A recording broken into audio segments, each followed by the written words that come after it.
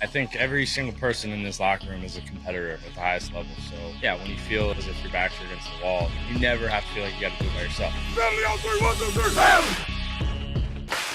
Unbelievable throw.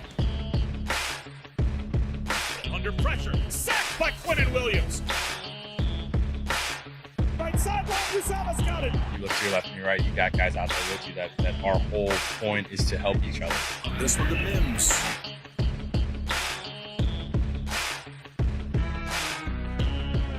That's Corey Davis climbing the ladder. To be able to go out and lead these guys, just to know how hard these guys work and how important it is to them, and then you get that chance to lead them. Everything that happened that needed to happen for us, it almost felt like kind of like a sign, like give like a second chance almost. Gets extra pushes, running left. Maybe a little extra life to breathe in the locker room. Touchdown Jets. Welcome to Jets Talk. My name's Ryan, and I'll be your pilot tonight. I am so excited to talk to you, boys and girls. We're going over a little bit of the Aaron Rodgers stuff that's going on, things and updates. We could talk about the Bears trade with the Panthers. We could talk about the comments from the CEO of the Packers. You know, lots of fun stuff going on tonight, and I'm looking forward to it. Let's see who we got in the chat. I see we got Connor's feeling the same way. Connor Mild has been overly anxious. Yeah, dude, I'm like, cannot function. I cannot do anything since this news has been kind of like shaken. Jacob says, been calm since we brought in Hackett. Lukey, how you doing? Edgar, AZ Jets. Scott V. Socrates. We got James going on over at Facebook. Got a whole bunch of stuff going on. All right. Good stuff. Now that we're starting to get a few people in here, we'll start talking a little Aaron Rodgers updates, things of that nature. Let's jump into the comments by Packers CEO Mark Murphy. This is what he said in an interview with, I think it was ABC or CBS 2 News up in like Milwaukee. May have slipped up and allowed all the leverage to go to the New York Jets and Aaron Rodgers. So let's take a listen to it. And I want to hear your comments on the other side. Yeah, I think, I can't get into all the details, but, it's a situation where I think we wanted to help Aaron achieve what he wanted as well as the Packers, and hopefully, create a situation where it's kind of a win for both sides. At this point, is it entirely up to Aaron Rodgers on what he wants to do? And then what has the communication been like the last few days and the last few weeks? Yeah, we're still in discussions. I can't really get into a lot of the specifics. 15 years ago, this Packers organization has been through something very similar with Brett Favre, even with the Jets involved in all of that.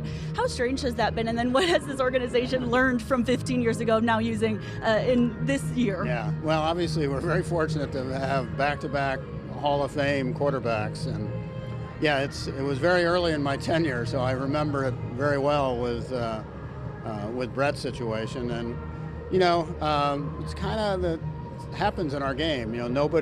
Very few players play for only one team.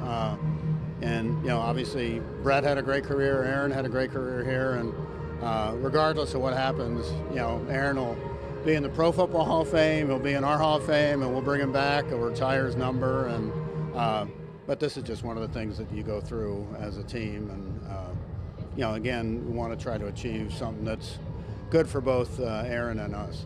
Do you think that all of this will be resolved in the next few days? Of course, that March 15th New Year deadline is what everyone has in their back of their mind. Yeah, I think ideally for everybody would be to have this resolved before the start of free agency in March 15th. Does this Packers organization believe that Jordan Love could be the face of the franchise, the future, the starting QB for this team? Yeah, we have a lot of confidence in him. I think, we drafted him and developed him. A lot of credit goes to our coaches, and to Jordan. But we do think he's ready. Thank you so much. So that was Packers CEO Mark Murphy talking about Aaron Rodgers. A few nuggets there. I saw a few people talking about like, oh, we're going to bring him back as being like, oh, we're going to bring him back from the Jets to retire his number and all that good stuff. I don't know if that's necessarily what they were talking about. I think they were more so talking about bringing him back for like a Ring of Honor type of, announcement, sort of like the Jets. Like as soon as someone retires for the Jets, you don't throw them into your Ring of Honor immediately. You bring them back and have the ceremony. So I'm not necessarily sure it's like full on bring him back from the Jets, but it definitely felt like they don't have any like it just doesn't feel like they're gonna bring him back. Like I feel like Aaron Rodgers is almost saying like, I want to be a Packer. I'm gonna come back unless you do all these other things. And they're like trying to push him out the door. Like, we're gonna make this as awkward as possible for you. I just don't know. It feels weird. Now maybe there's compensation already figured out, but then what the heck are we waiting on? Like, if they're trying to give Aaron Rodgers what he wants, wouldn't that be the Jets? And like, what is Aaron Rodgers looking for? Are the Packers trying to get something more? How long is this supposed to drag on for? Because clearly the Packers and the Jets both want an answer by free agency. I would expect the Jets to have a soft deadline by Sunday night. I've been predicting 12 p.m. on March 12th, that's Sunday. We will find out that number 12 for Green Bay is coming over to New York to wear number 12. That would be kind of cool to see that happen. But how long is it going to stretch out? Because it's got to get done before free agency. You got to think. Because what do the Jets do? Do you pivot? Do you wait? Do you think that Aaron Rodgers is definitely going to come here? If you just put the brakes on everything? Like, is it in the Jets' interest to maybe build a team the way Aaron Rodgers may have told them they wanted to build a team, or he wanted to build a team, and then just know that he's going to come, later on down the road after June 1st, then there's no leverage. I mean, you've already used your picks this year, and like, you're not giving up a first round pick for Aaron Rodgers. That deal's got to be exercised by the first week of the season. So I don't see that being the case. I think it's going to get done. I'm hoping it'd be cool if it got done tonight. We were talking about like the whole Bears trade up to number 1. If the Rodgers Packers team wants to like overshadow the Bears, they could trade Rodgers right now and immediately wipe out all number 1 talk. But there's no real sports shows on over the weekend unless you consider, moi as a sports show. But could it happen over the weekend? I think if it doesn't happen by tonight, I don't know if it makes sense to hear it tomorrow. I feel like they would wait till just before the news cycle hits on Sunday. All the radio shows pick it up, and there's a huge rush of news for free agency and the tampering period and all that sort of stuff. And it's like, I can't handle that.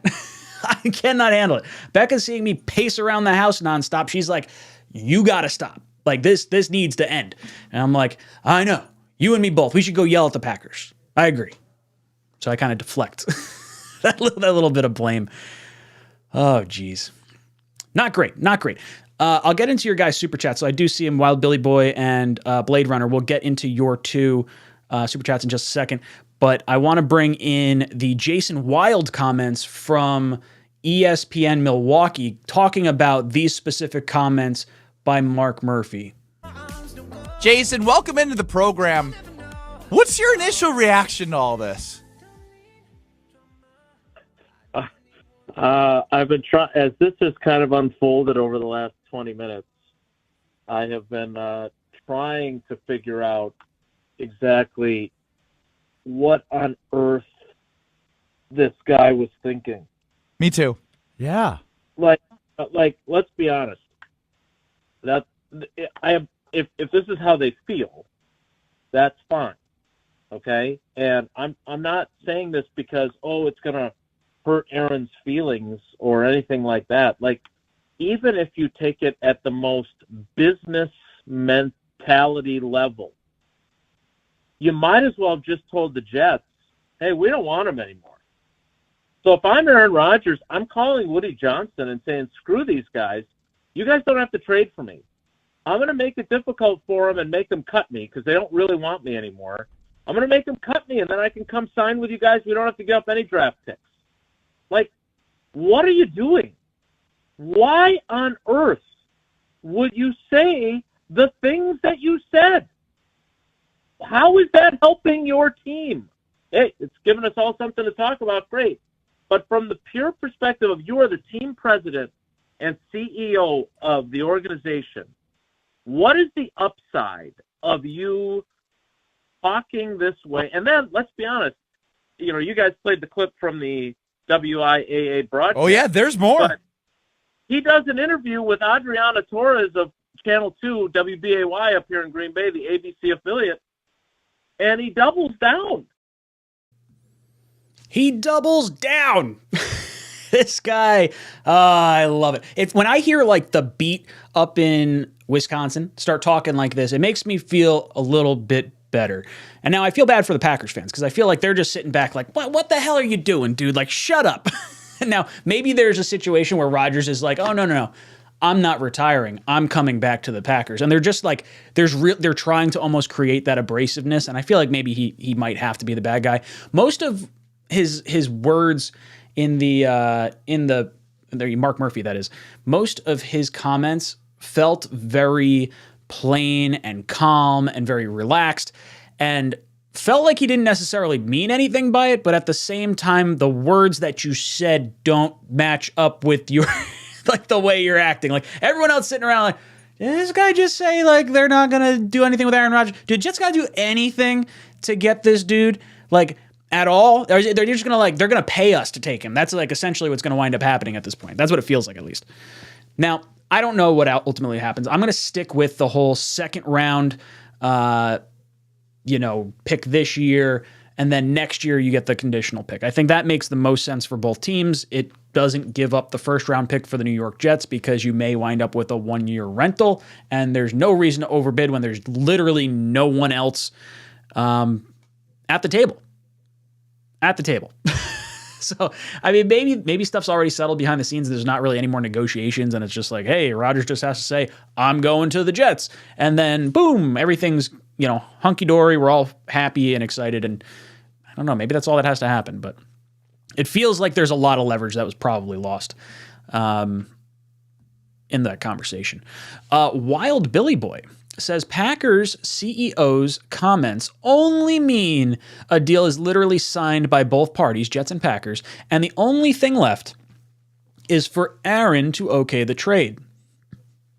Maybe that would be really nice if it was as easy as that. I mean, from everything we've sort of been hearing, it seems like they've been going back and forth on the like the money side of things, as far as like who's going to eat a little bit of the cap. I think that sounds like the Jets are trying to have the Packers eat a little bit of that signing bonus, so that way they don't have as much dead cap on the back end of the contract. So I don't know. It's interesting stuff from the Packers GM. Blade Runner drops in, says, all Jets content creators must be exhausted. Thanks for doing this. Thank Becca for all of us. No OBJ for me. He's a bad influence on the young players. Oh, yeah, dude, this is fun. This is like, we have been following a Jet football team for the last few years that has been absolutely atrocious. Like, this year was the first time we got a glimpse of, like, some good football. And we were all really excited. And then it just all came crashing down. So, like, this now is like, I'm over the moon. This is the best I have felt in a long time. As much as I'm like exhausted from all this stuff, I'm on like an energy high. I've been like chugging coffee like every single day. I'm trying to calm myself down with a nice beverage. I was going to have it as a sad beer or a happy beer or whatever's going to wind up happening, but I just cannot do that right now. I need to calm down my nerves, and I'll just buy some more beer the next time. As far as OBJ, yeah, I don't know how to feel about OBJ. If you look at, I think it was Prince Amukamara's Twitter, he posted a video of OBJ like making some ridiculous grab, like his arm, like throws his arm down to the side. I don't know if I retweeted it. I might have retweeted it. Crazy catch. I've always really liked Odell. He's a free agent, but I don't love all the stuff that happened down in the plane on the United flight or whatever he was on. Like, for the longest time, I liked him because a lot of his stuff wasn't so much off the field. It was like on the field sort of drama, almost like a T.O. Like, T.O. was not necessarily a bad person off the field. Like, he wasn't getting into trouble, but he was, like team obliterator inside the locker room. And I don't know if Odell's there. He might just be like super passionate, but like the lapse in judgment is super bothersome for me.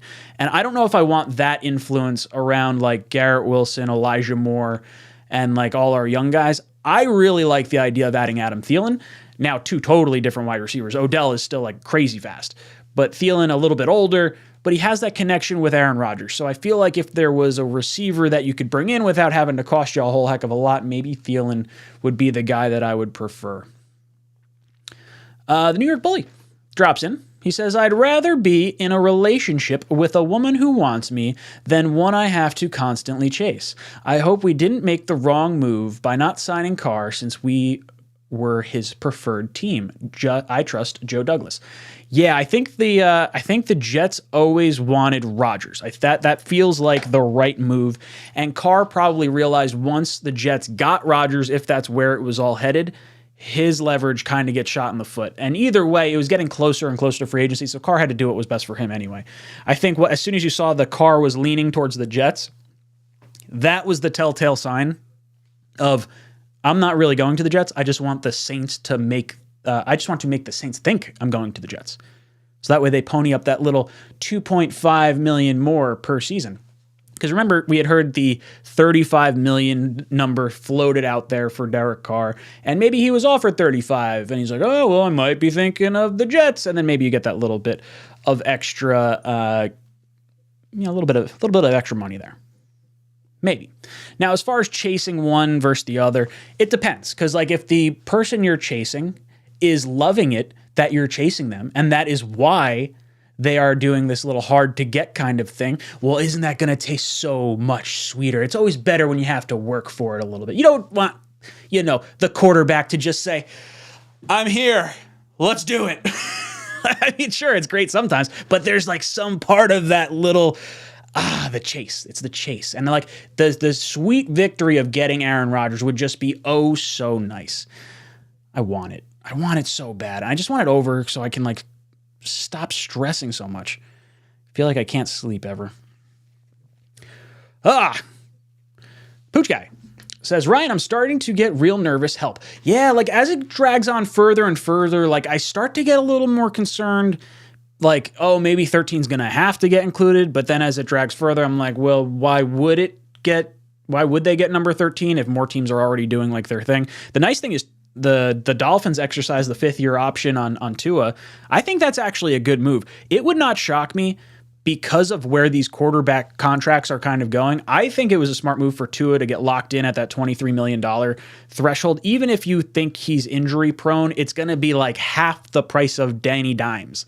Like, not really the worst case scenario. There might be a situation where you like, I mean, granted, the contracts are going to go up, so the 5th-year option for Zach may be drastically higher than what happens with Tua. But if it winds up being that sort of like weird, wonky, oh, well, we don't really know what we have in Zach, then maybe it's just worth exercising and say, screw it. Who cares? We'll figure it all out. It's way harder to get the quarterback, after the fact if you don't exercise the option. I don't know. It's interesting. But yeah, I'm getting nervous.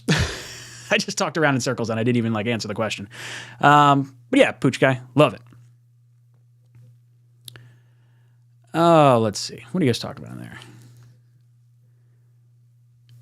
Explosive says, can Odell handle New York? Do you think he's mature? I don't think he's been mature at all. I mean, given the airline thing that happened this year, I would say probably not. Hawk says, I don't think the Jets would have told young rookies to tweet at Rodgers unless the deal was already signed. If they did that and he didn't come, then we would look really stupid. So the Jets did not tell them to tweet. My understanding is Justin Hardy told the group text that he was a part of to tweet everything out. So that is my I like that from the player's perspective, but it makes me feel like, I don't know, I guess it doesn't really make me feel any kind of way. It's just kind of good that they're tweeting out, because I like that there is a push from our players to recruit players. Like, it feels like I have a pride that, or I shouldn't say pride. Maybe pride's the word. I don't know if that's the right word. But I get excited when our players go out and try to recruit people, because it makes me feel like they're proud to be here. And as a fan, I'm proud to be a Jet fan, even though, we've sucked forever. But like when I see a player, granted they're drafted here, they have to kind of be here for, however long their contract is. But it makes me still feel good that they're buying in. Like Sauce trying to recruit people, even like the goofy video he put out yesterday. I'm all about it. Cool. Green light. If you look at my first video, oh man, it'll get better. It's all right. I was awkward as hell in my first video. Lots of stuff going on. And why Cursor says, Jets organization screwed up this past season. They gave us hope. Now we refuse to let it go. I love it. Joseph becomes a frequent flyer. What's up, dude? Thank you for joining the channel. Drop some JETS in the chat with your new emojis. It looks like we got some Blitz Crew in here. Blitz Crew, how you doing tonight? Blitz Crew says, Bakatari got restructured today. Significance to us. You see those Becton pictures yesterday. Looks fit. So yeah, Bakatari got restructured yesterday or this morning or whatever I saw. And his cap hit dropped. I believe they converted half of his base salary and half of a roster bonus that was due like next week into a signing bonus, so that way it stretches it out over both years of the of his remaining years on his contract. They didn't add any void years, so it's weird. It does make it so that way it's more attractive to us from a cap hit perspective. It would not cost us as much in terms of our salary cap, but it would increase the value of Bakatari because of that. Like, so then that would be a situation where if you're getting Rodgers and him, maybe you do have to give up the number 13 pick. But I feel like with Dwayne Brown coming back, it feels like Bakatari maybe not coming. I don't know. I would say I'm not as confident that he's coming as I once was. Euphoria drops in, says, Ryan, it feels like all these players that got written off are using the Jets as their redemption arc. Just let it happen. The villains want to win a Super Bowl. Ooh, yeah, you get like an Odell who's like, well, he won last year, right? So he could be ring hunting. He wanted to go to Dallas last year, right? And he wanted to, they wanted to sign him so that way he came in the beginning of December and played through the playoffs, so he wasn't rusty, and he wanted to come in during the playoffs. So a little wacky. Oh, and I didn't hit the other part of that. So Blitzcrew said, Becton looks good in his pictures. If Becton keeps working out, he's going to look like Robbie Anderson. The dude's dropping a shit ton of weight. Robbie's like, 160 pounds soaking wet or whatever the hell he is. Becton, slimming down. I love it. Love it. Take some weight off those knees, big guy.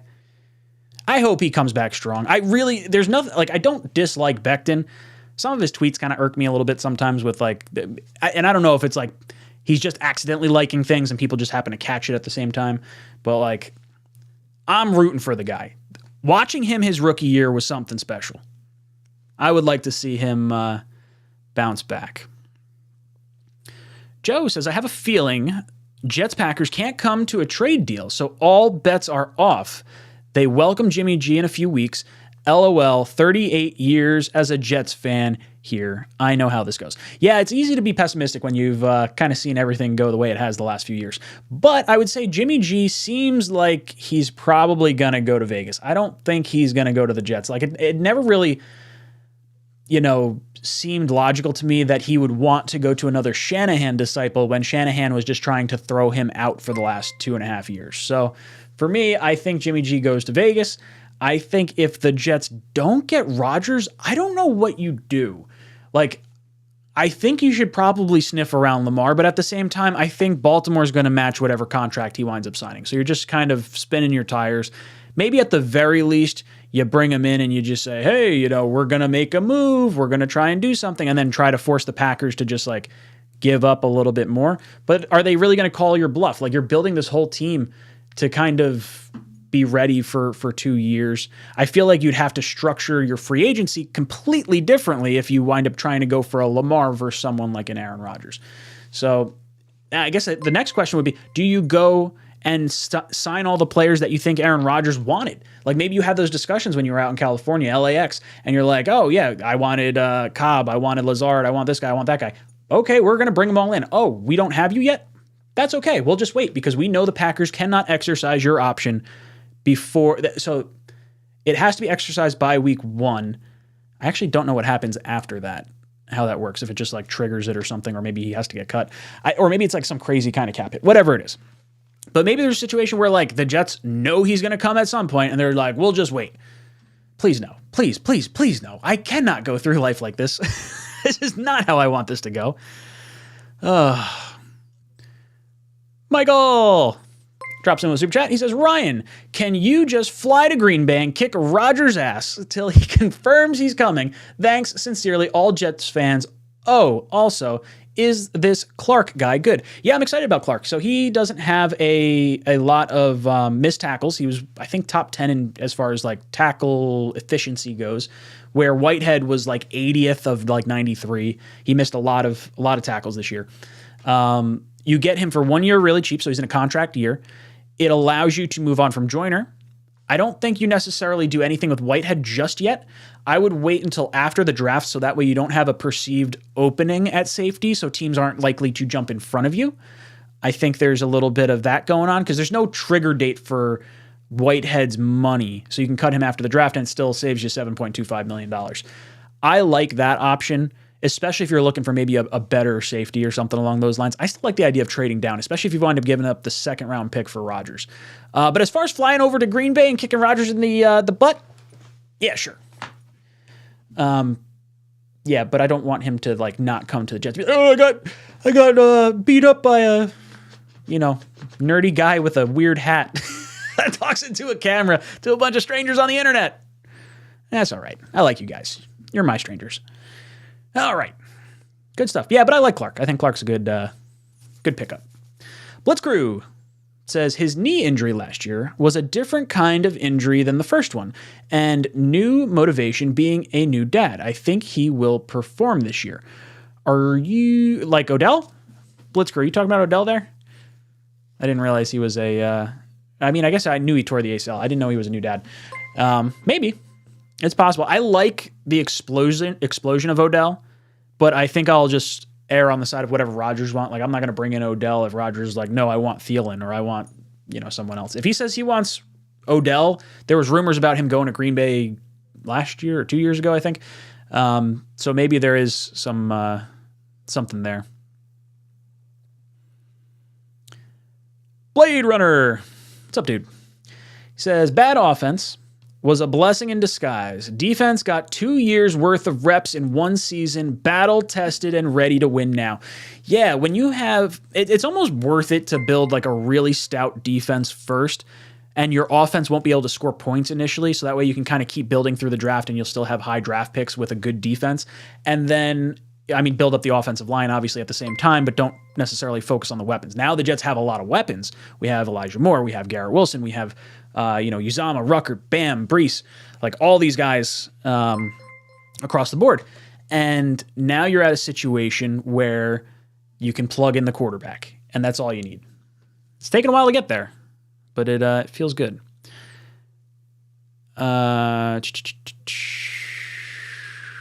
Where else are we looking at? I'm going to try and pronounce this name. Karthikeya Chadari. Thank you for the super chat. Says, first of all, good luck with saying my name. Oh, God. I'm glad that came up. Good luck with saying my name. If Rodgers is out, you think Jimmy is better option than Lamar? I don't know. I would probably sniff around. It feels like the Jets want to see Aaron. Sorry. Wow. This threw me off. I think the Jets want to see Zach Wilson. So I think a lot of what they're trying to do is going to be these 2-year kind of trial-y period things. I do think they should maybe inquire about Lamar, because I think if you don't inquire about Lamar and you wind up signing someone like Jimmy G, people are going to lose their fucking bananas. So I wouldn't pivot directly Jimmy G. I think he's probably going to Vegas anyway. I would look at maybe Stafford. I know his back is injured, but like his contract's really not bad. If you could have him for like a mid-round pick and you get him for 2 years, even if he's hurt, it's not like if you get 75% of whatever Stafford is, that might be better than paying, maybe $40 million or $35 million a year for Jimmy G on maybe a 3-year contract. I don't know. I don't know how Stafford's health is. That part really scares me. His cap hit this year, if you trade for him, is $1.5 million. So it's like next to nothing. That's got to be the cheapest contract you could possibly trade for a quarterback. And then next year would be a $31 million cap hit, and you can get out of it after next year. So you basically have him for 2 seasons if you wanted to have some sort of similar situation to like an Aaron Rodgers. Although I would say the ceiling is not as high with Stafford, although he has won a Super Bowl. So I don't know. Maybe I'm wrong on that. I just don't trust him to stay healthy. Quarterbacks with back injuries kind of scare me. I really hope it's Rodgers. And if it's not Rodgers, I think I'm just going to cry a little bit. It's great. Knifey Spoony says, besides wide receiver, what other big free agent splash can you see? I think I could see, besides wide receiver, I don't know. I think a lot of our team is going to wind up being like retaining our defense. Maybe they take like a big swing. Like it depends how much Thielen costs. Like if Thielen doesn't cost a whole lot or whatever the wide receiver is doesn't cost a whole lot, then you have more money to allocate elsewhere. So if you wanted to go maybe towards like a linebacker, like Trey Edmonds leaving Buffalo would be really cool. Levante David is supposed to test the open market. I know he's a little bit older. I think he's 11 years in the league now. So I would look for guys that are like hungry, but I also want to mix in some youth. So like you want to try and retain Quincy Williams. If you can't get him, maybe you plug in someone else, but then you also draft someone on the other side because you got to get some youth in the linebacker core. I still think you try to look at safety, but I wouldn't look at like a Jesse Bates. I would probably look at maybe a someone like a Jimmy Ward from San Francisco. Oh, look at this guy, our good buddy, the guy with the little dick, Mr. BMW. Dude, get a life and focus on work and not sports. You are a true man-child. You damn right I am. Work an 8-hour day today and still have time to talk sports and call you a little dick. Guy gets me worked up. But it's great. He's giving me engagement, so I'm all about it. No moving parts. Not to mention he had to be a subscriber to comment in this chat, so I win. No moving parts. Says RELAX. Heard that Rodgers' rap album is dropping at midnight. We got this. If Rodgers drops a rap album at midnight, like the Le'Veon Bell signing where he has some like mythical track and it's like, I'm going to the Jets, it'd be fantastic. The last time we had someone drop a rap album like Le'Veon Bell, I was streaming. It was actually the first time I went live. I was like, I think Le'Veon Bell's going to sign tonight. I'm just going to go live and we're going to talk about it. And like, I'm like half a handle of Tito's into it at this point, and like the chat starts going electric, and I'm, oh my freaking God, Le'Veon Bell. I was pumped. I wanted Le'Veon Bell in the worst way, and I was wrong. That's okay. Who else we got? We got Andy Rodriguez says, I want Rodgers, but this is so draining. Dude, I'm gassed. I'm absolutely shot. Like just from like a mental perspective of like, I got to get some work done at like work, or I got to do some stuff around the house. Like, no, I'm waiting for like the biggest news of like probably my entire Jet life. Like you wind up getting Aaron Rodgers and you have the team we have right now. We had a super chat yesterday, or I think it was yesterday.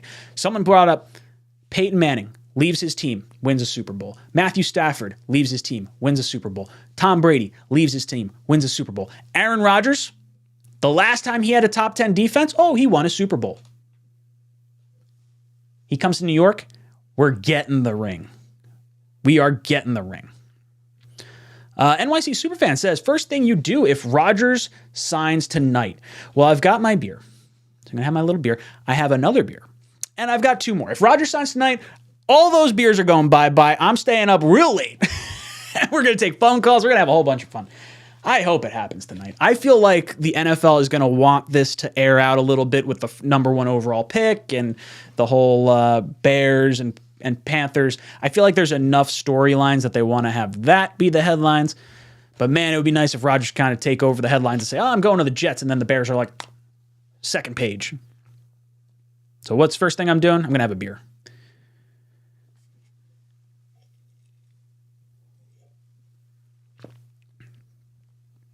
Packers CEO basically said Rodgers is a Jet. Yeah, it says where he wants to go. We're trying to do what he wants, what we want, what's in the best interest for both sides. Now, I would imagine Rodgers would have said, yeah, I'm interested in going to the Jets. That's why they allowed him to talk to him. But, like, I just want to be a fly on the wall. I just want to find out where, like, I don't know. I just want to find out where this could possibly, like, be. Where are they at in negotiations? They're like, no. I think you should take the extra $5 million from the signing bonus. No. You take the $5 million. If it's $5 million, I'm going to lose my mind. If Douglas gets any bit of the Packers to take on some of that $60 million bonus option, I would kiss his bald, beautiful head. I would be so happy. It'd be really cool. Chipster says, I think it's done. Rodgers is just waiting for Tuesday on McAfee to announce. That would be interesting. But, like, I hope it doesn't prevent us from getting free agents, because if free agents are starting to sign everywhere else, and there's some that would have gone to the Jets if Rodgers was there, although I guess maybe they would have just waited anyway because it's not too bad.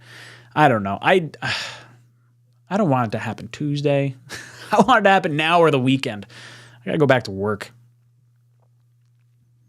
Mitch says Jermaine Johnson, second rounder and conditional pick for Rodgers. I don't want to give up Jermaine Johnson, and I'd rather give up regular picks than like Jermaine Johnson. I think Jermaine Johnson's going to be a good edge for us. Chipster says, I don't understand that trade. It made me think of draft day with Cosner to fix it. I'm not sure what you're talking about as far as what trade. Big Al says, what do people still not get? No team is going to give Jackson $250 million guaranteed. The NFL does not want to set that precedent. The league was furious that Cleveland for what Watson's contract is. Yep, completely agree. I think it's this feels similar to like the Kaepernick situation, where it's not necessarily teams colluding, but I think it's teams realizing that this is bad for business. Not necessarily Lamar bad for business, but like the contract you could give out and the injury that he could sustain could prevent you from fielding a team later on. Now, the weird thing with like running quarterbacks is normally with quarterbacks, you feel safe signing them to a long-term contract that you can restructure and push cap a little bit further, and you trust that you could still do that because they're going to be healthy down the road. With Lamar, you don't really have that comfort. Like there's always going to be that fear of the potential injury. Now, that being said, if the Jets wanted to pull the trigger on Lamar, screw it. Why not? The NFL is so like, 1 year a team's great, next year the team's bad. If you think you have a shot to win a Super Bowl, go all in. I'm like, we know we have our core on these young contracts right now. Go all in. I just don't want to lose our guys on the back end. If you wind up trading for Lamar, you have to make sure you draft well. And you have to hit on your later round picks. Now, if we have drafts like we did last year, great, but you're not going to have top 10 picks or top of the first round or top of the second round, top of each round if you have someone like that. You're going to be picking at the back end of the draft, so it's going to be a little bit tougher to find that talent. So you really need someone that's good with talent evaluation and cap numbers. And I don't know. Joe Douglas doesn't seem like someone that's going to go after Lamar when he really believes or I think he believes that Baltimore's a really good organization, and if they're not paying him, something doesn't pass the sniff test. But I think at the very least, you should inquire about him and maybe talk about it. Maybe if you don't sign him to an offer sheet, that's fine, but at least have a conversation. Maybe he'd be willing to take a little less to go to a different team, but how much less, and are you concerned that the Ravens are still going to end up matching that contract? I don't know. Pure Adrenaline Sports drops in. He says, the wait is draining. If we don't get Rodgers and pivot to Lamar, Baltimore gets 5 days to match and the waiting begins again. Yeah, I get the feeling if I was Lamar and I didn't want to go back to the Ravens and there was like this whole squirrely thing going on, maybe you just say, hey, I'm going to sign an offer sheet after day one of the draft. Now, all of a sudden, you have the 2024 and 2025 first-round picks that would be going over to Baltimore instead of this year's pick. That's what I would do if I was Atlanta. Atlanta's got a shit ton of money. Use your number 8 pick this year on whoever you want. And then day 2, say, Lamar, we'll give you the $250 fully guaranteed. Don't you worry about it. Is Baltimore going to match that? I don't know if they're going to match it at that point in the offseason. You might have already signed some free agents. You might have eaten up some cap. I don't know if you can. Are you going to have 5 days during the middle of the draft while shit's going crazy to rework a contract? That's what I would do. If I was Lamar, I would sign an offer sheet with the Falcons or whatever team you want, like day 2 of the draft. Help your team as best you can. Now, maybe Baltimore just says, screw it, we're going to match it, and now Atlanta has to make a trade. At that point, you might be all right with it because you've already used your first-round pick. So I don't know. It's interesting stuff. Blitzcrew says, talking Becton's knee before, Texans signed Woods. Yeah, I like that Becton looks really good and in shape. He's gotten the Robbie Anderson diet, I guess. The whole 180 pounds or whatever he's got. Texans signed Woods. Yeah, that's cool, I guess. I don't know. Nothing too major. I would like to see the Jets go after Thielen. I would like to see them, maybe stiff around some of the wide receiver market as far as like DeAndre Hopkins, Mike Evans, Cortland Sutton, just to see what it would cost. I'm not necessarily huge on giving up draft compensation when there is a guy like Thielen out there, but I do think Mike Evans and like the upside of someone like Cortland Sutton are better at this point than, is it a 33-year-old Thielen? Is that how old he is? I think he's somewhere up there. Matthew Malavet, thank you so much for the super chat.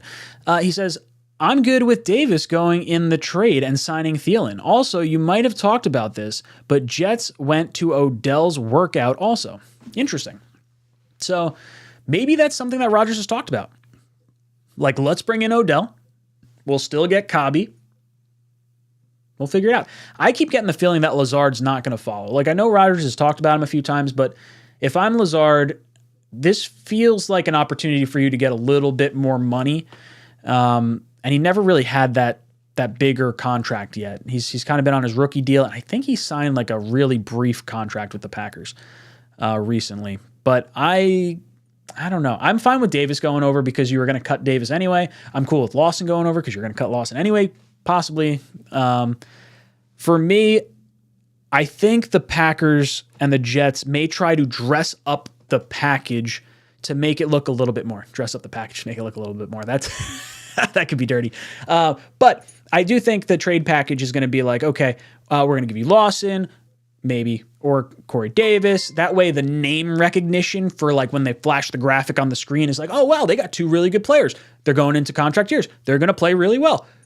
But the Jets were going to cut them anyway. They could have just had them for free. But like no one's really going to know that except for like Jet fans and maybe like some really well-savvy fans of other teams. I think dressing it up might be the way that's kind of happening. Someone mentioned something about Ruckert going over in a trade. I don't like that. I as much as like he didn't do anything for us last year, I would like to keep him. I like the idea of holding on to him, and it would kill me if one of us, that's how I look at Ruckert. Ruckert is one of us. If one of us wound up making the Jets and then got shipped over right as you're about to win a Super Bowl potentially with Aaron Rodgers. I wouldn't like that.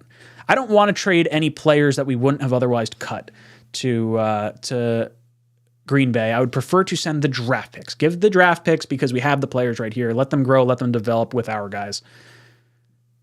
That's what I prefer. But Jets being at Odell's workout, it's interesting. Makes you think that maybe he was in the discussion with Aaron Rodgers.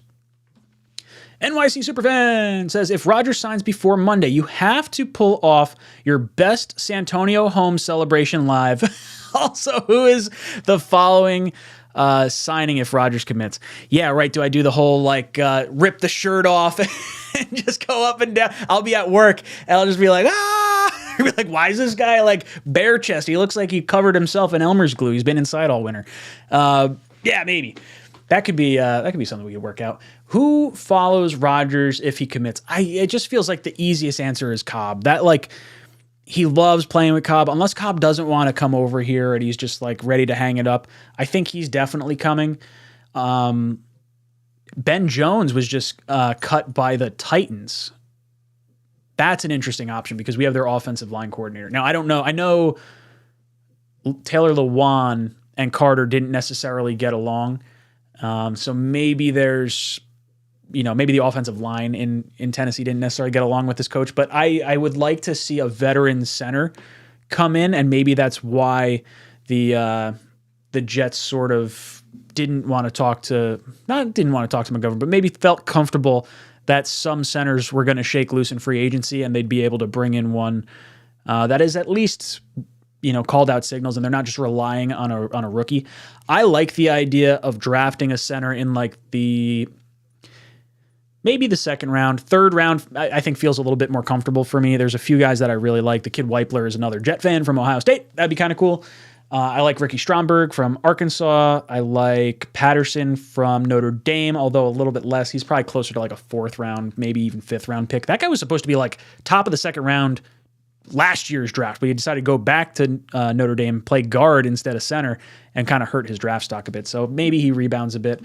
But I like the idea of getting someone like a Ricky Stromberg that could play guard and center, and then if you have the veteran playing center in like a Ben Jones, maybe you move over and have Stromberg have the backup duties of, just in case Tomlinson shits the bed or something like that. But yeah, I could do I could do my best Santonio Holmes impersonation. Probably not going to be very good. That's all right. Big Frank says, I want Sutton or Hopkins. Lazard is a Jag. Yeah, I don't really want Lazard. I think he's going to get overpaid for what he actually is. The only reason I would bring him in is if you wind up like Rodgers says he wants him. Because if he thinks he has a connection with Lazard and he knows exactly what he's seeing on the field and he can articulate that to our wide receivers, that may be better than a receiver who does not know Aaron Rodgers and does not know those cues, but is a better weapon. I don't know. I guess it depends how long it takes guys to pick up on these cues. Chipster said, I would love to see a shot at D-Hop if the scuttlebutt that the Cards are opens to trades. I think they're definitely going to trade him. They've already been talking about it. Jets 962 Marvel says, what did you think about the Bears trade? Personally, I think the Bears fleeced getting a true wide receiver 1 and getting the Panthers first round pick next year, which could be a very high pick. Yeah, I love both moves. The Panthers had a plethora of picks. They still have a second round pick this year because of the Christian McCaffrey trade. So they're still loaded. They traded Christian McCaffrey to get their franchise quarterback. That's the way I look at it. So they gave up, in a sense, they gave up the first round pick this year. They moved back to 9. So you're still making the pick at 1, right? So even though you're giving up a first that is number 9, you're still making the pick at 1. So it's just a swap there. So really they gave up a 1, 2 2s, and then DJ Moore. And I would value DJ Moore as like a first and a third. So that was a pretty hefty trade. I think the Bears made out well. They have a pretty good wide receiver room now. They're giving Fields no excuses to perform well this year. I guarantee they go out, they sign Orlando Brown, or they make a big time, maybe they take a tackle at number 9 now. Now it gets a little interesting because now 9 could be a tackle, 10 could be a tackle with the Titans losing Luan. I'm not feeling so comfortable at number 13 with the tackle situation. Maybe you get the third one. Yeah, I don't know. As far as the Bears go, I like the trade for the Bears. For the Panthers, I think they're going up to get Richardson. I think you'd make this trade because you're enticed enough. You still give they have so much quarterback knowledge there. I mean, you got Frank Reich, you got Josh McCown, you've got Caldwell there. I think it's Caldwell. But you have a lot of guys that are going to be able to make a good decision on quarterback, and they're going to evaluate all these quarterbacks. Because I think the pro days start is it April? I think it's the beginning of April. So I don't know if they necessarily know who they're targeting right now. They just know, hey, we like a few of these guys. And if we sit back at 9, our division rival's right in front of us, they're going to get someone. We already know the Texans and Colts are taking someone. There's a really good shot the Raiders are taking someone. So they saw all the chips falling into place. They're like, we got to go up and go get a quarterback. And if you have determined there's one guy here that you like, I'm all for it. But I think Frank Reich's going to look at Anthony Richardson and he's going to say that is a freak athlete. He does not have a lot of experience. He is an incredible block of clay that is right there, and I can get the most out of him. That's what I think is going to happen. Coaches are weird like that. Coaches don't necessarily want the most polished player. Sometimes they want the biggest, freakiest athlete because if you feel like you're a good coach and you can coach this dude up, he's going to be so much better than the guy with the half metrics as far as like size. Like, for me, I think Bryce Young is probably the best quarterback in this class right now, but he's 5'10", and I don't think you give up that type of trade package to draft a 5'10" quarterback. Now, it's different when you're the Cardinals and you have earned the number 1 overall pick and you're just making the selection of Kyler Murray in an otherwise weak quarterback draft. So I don't get the feeling that it's going to be Bryce Young at the top. CJ Stroud is interesting. He's got some size and some athleticism. I could definitely see that be the pick. I think I would take CJ Stroud because of the prototypical size. That makes me feel a little bit better. Anthony Richardson is the upside. Bryce Young, really short but most polished quarterback. And then you have maybe, Levis. I would be surprised if Levis wound up going 1 overall. He feels like a Raiders pick to me. I think he's going to be the 4th quarterback off the board. I would like to see Anthony Richardson end up in Seattle, personally. I think he's got to sit for a little bit, and you've already committed to Geno. If you take Richardson and you have him sit behind him, you're going to play Geno because you've already had that money locked in. And I think a lot of it is... I'm pretty sure a lot of it is incentive-based for Geno. So he's going to have to put up numbers. So there's going to be a competition if you do that. And Geno said, they were asking Geno, what would you do if they drafted a quarterback? He's like, hey, you're always competing against yourself. You're always competing against the other guy. I don't care who they draft. I'm going to keep doing whatever I got to do. And Richardson should sit for a little bit. So I could see that going, I could see it going that route.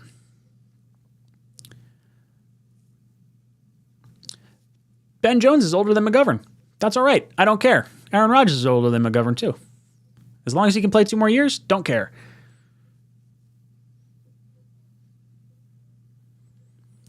Mitch Staff says, Packers have an easy out. They trade Rodgers to a crappy team for a 7th rounder.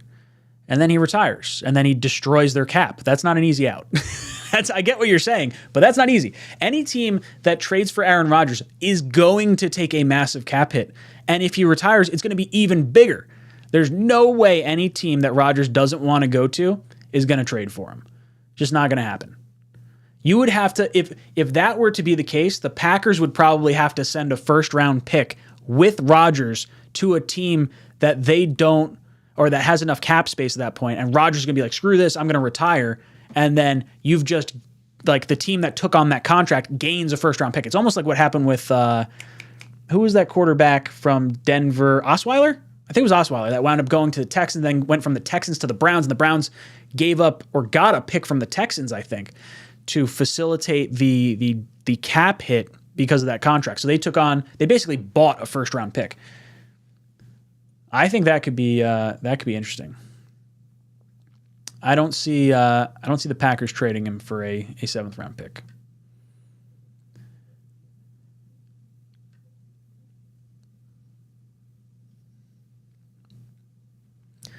Hennessy says, Bears still going to get the guy they was going to take at number 1. Yeah, Jalen Carter's going to fall, and they're going to still take him at number 9.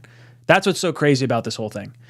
They could still get him if they want, I think. I'm pretty sure he's going to fall that far. I still think they should go with a tackle at some point, but maybe just signing Orlando Brown with all that cap space they have, maybe they don't care. I don't know how the rest of their offensive line looks to really judge it well.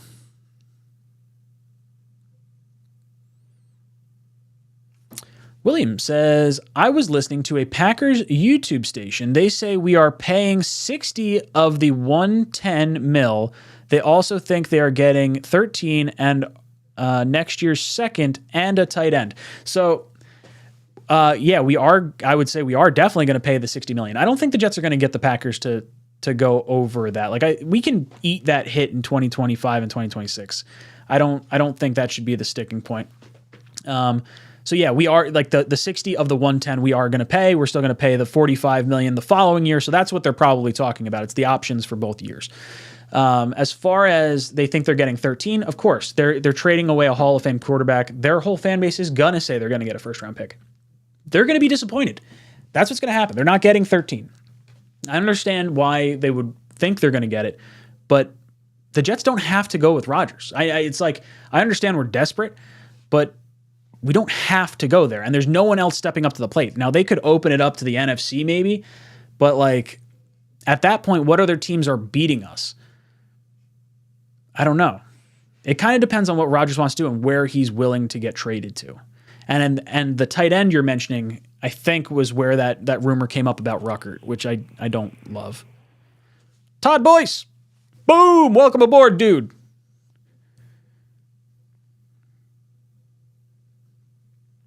Just End the Stigma says, I don't want Lazard because he knocked the cheese off Sauce's head like a little bitch.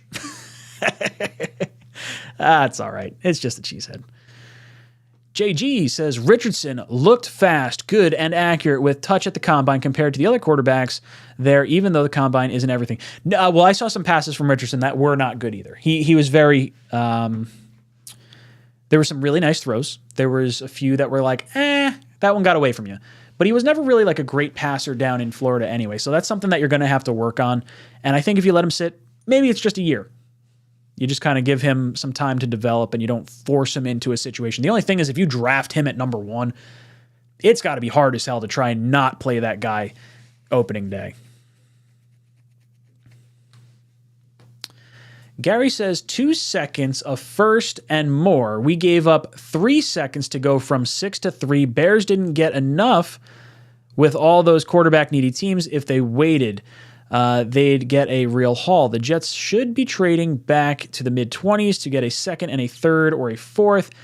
We need the picks. We can get a tackle and a setter and another big player in the second. Yeah, I completely agree. So I would really like to trade down from 13. I don't, as much as I want to tackle at the top of the draft, I would prefer, if we're giving up the second for Aaron Rodgers, trade down to like the mid to late 20s, pick up an extra second, maybe a third. But you kind of got to play the game of who is someone coming up for and what is that position. To me, the trade that would be interesting would be for a tackle. Because like I mentioned, could the Bears go with a tackle at 9? I think the Titans are definitely going tackle at 10. That means there's 1 tackle left by the time the Jets get to 13. If the Jets feel like they, like a few other tackles and someone wants to come up, maybe that's the pick, because the Patriots and the Packers could both be taking tackles, and they're sitting right behind us at picks 14 and 15. So maybe there's that sort of situation going on. I don't know. I think there wasn't going to be a team that had more to offer than the Panthers. The Panthers had a ton of picks. They had the player in DJ Moore, and I think it just made sense because the Bears stay within the top 10. So could they have gotten more? I don't necessarily know. They gave up a lot. They gave up a lot. If you value DJ Moore as a first and a third round pick, they essentially gave up 3 firsts and 2 seconds to move from 9 to 1. I think for a team that has as many draft picks as Carolina, that's a fine trade. It sucks because it's definitely a lot, and the Bears are going to make out really well. But the Panthers had to leapfrog their division rival, and they had to leapfrog 2 other teams because they were so far down. So I'm not going to give them any crap for that, but it's definitely a nice haul for the Bears. Better Call Saul says, Ryan is going to have a meltdown over Rodgers. LOL, everyone take it easy. Let things be. Yeah, I don't want Rodgers to not come here. I'd freak out.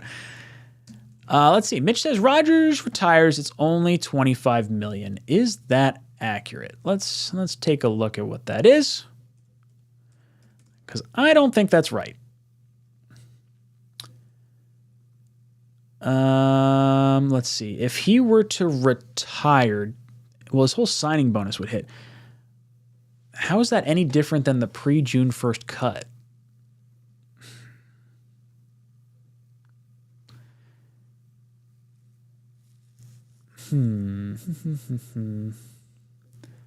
Yeah, I don't think that's right. I'm almost positive the Rodgers dead hit if he retires is like stupid high. Like that I think that's wrong. I don't think that's right, Mitch.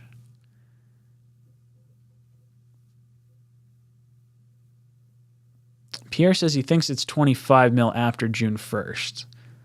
I don't know. Over the Cap doesn't give me an option to click retired in terms of stuff. It's like cut pre-June 1st, cut post-June 1st, trade pre-June 1st, trade post-June 1st, restructure extension. Now, if they trade him post-June 1st, that's the best case scenario for the Packers because it costs them almost nothing. They basically only get hit with a $15.8 million dead cap hit. I just don't think the Jets can wait that long. It's a shame they can't make like an in-principle trade for June 1st because I would love to have our quarterback now and not wait. I don't think we should wait.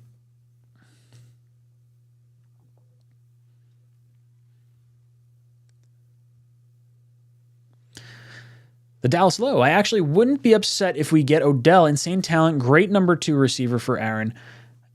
I'm good with whatever Aaron wants. I don't. If Odell's the one they want, he's insanely fun. But I don't think I love the option. I like the athletic side more than Thielen, but I like the mental aspect of Thielen more than Odell. Odell's kind of a loose cannon.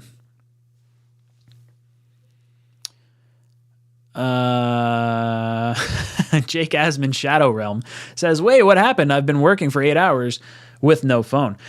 So Mr. Shadow Realm, basically Mark Murphy, the Packers CEO, said something along the lines of, basically we're not on the Aaron Rodgers train. It was very like, hey, nobility, thanks for coming aboard.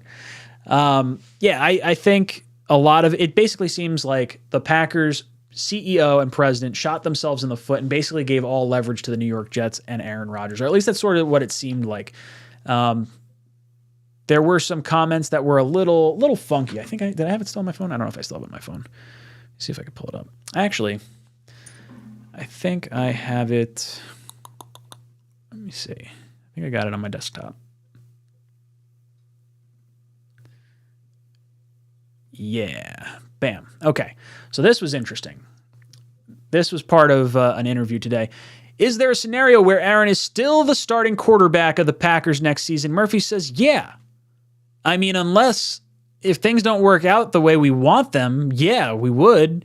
He is obviously a great player. Clearly, they're trying to not have him as the quarterback this year.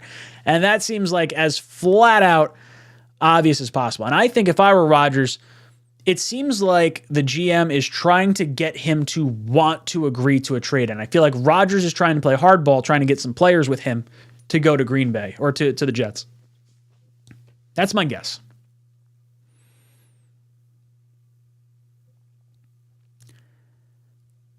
Julio says, love you, buddy, but Rodgers is staying...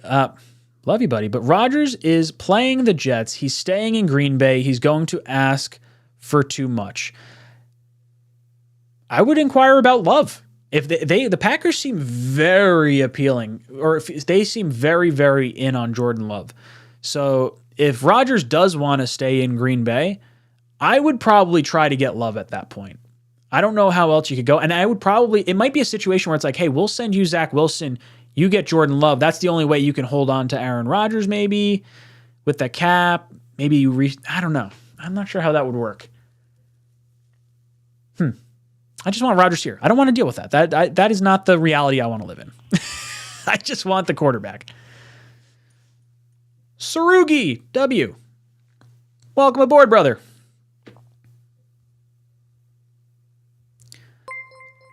Number 1, Volo fan, says, can the Jets convert Mike Evans' $16 million salary into a bonus after a trade? Is that possible? Will Garrett Wilson become the number 2 wide receiver? Fair for Offensive Rookie of the Year. Let's take a look at Mike Evans' contract. I'm curious what it is. Actually, you know what? Maybe I could do... no, I'm not going to pull it up. It's all right. Too many things going on. All right, Mike Evans. So Mike Evans, if he is traded, would be a $14.5 million cap hit for us because the prorated $9.2 million portion of his signing bonus, which makes his total cap hit for the Bucs $23.7 million, that 9.2 won't transfer over. So it would only be 14.5 for the New York Jets if they wind up having him on the roster. Now, you could convert that base salary to signing bonus and stretch it over 2 years. So maybe they say like, hey, we're going to give you more money. We're going to rework your contract. And we're going to make that $13 million that your base salary is, we're going to turn that into your signing bonus, and we're going to make it a $1 million base pay. So that way you spread that signing bonus over multiple years. I would like that. I like Mike Evans a lot. I think he provides a size profile that's entirely different than everything else we have on our wide receiver core. And that's kind of the rationale for why I don't love the idea of going with like a 6 foot tall wide receiver or something like that. Like I want someone that can go get a ball if we need to. I do think Denzel Mims could have a really exciting season with Aaron Rodgers. I feel like there's the deep ball strike with Mims just hasn't been there with Zach or with, the previous regimes. So I'm excited to see what could even come from him. But yeah, I'm down with Mike Evans. I like him a lot. I don't know what it would cost to get him. And if you give up the second for Rodgers, you're probably not having a whole lot left. But if they'd take a third, I'd sniff around it.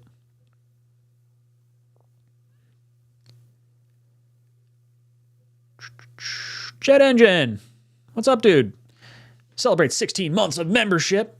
Says, hey, Ryan, just tuned in. Apparently, Carolina traded up to number 1, and I expect Aaron Rodgers, Randall Cobb, and a couple other guys to be signed by the Jets by Sunday night. Keep up the good work, but don't burn out. Oh, dude, I can't burn out.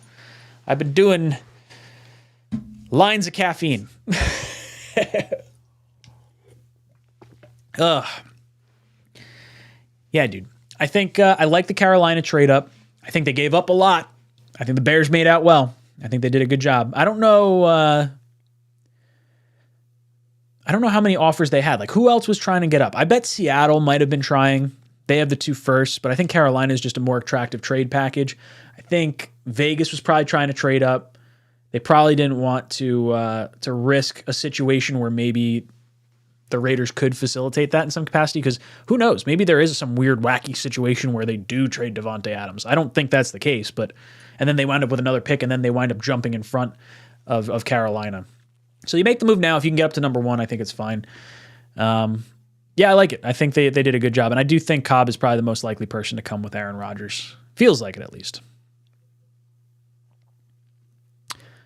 William says, Bears did very well. Carolina reached badly. Yeah, I don't know what the value chart says that is. I mean, it's a big trade. I mean, I value DJ Moore as a first and a third. So if you say that, then you're talking 3 firsts, seconds plus third. Like, that's a lot of stuff. Z Doggy says, I want Lamar so bad. I really like Lamar. He would be a lot of fun. I still feel like I want Rodgers. I think a motivated, pissed off Rodgers is like scary good. Like, he can go toe to toe with any quarterback in the league. Joshua, D Hop over Evans, in my opinion. So D Hop has a much bigger contract. DeAndre Hopkins cap hit this year would be $19.5 million. And it would be $15 million next year. Not terrible. I would say you'd want to work on the cap hit this year. Make that different. Maybe there's a situation where so he's got no more guaranteed money left. So you could, in a sense, say, hey, look, we'll guarantee you, I don't know, what's he got left? 19 and 15. What's that math? 20, 35, $35 million left. I don't know. Maybe you give him like an extra year, 2 years, add void years on the end and stretch out the signing bonus a little bit, drop his cap hit. You might be able to do that. I think the Cardinals are definitely going to sell for sure.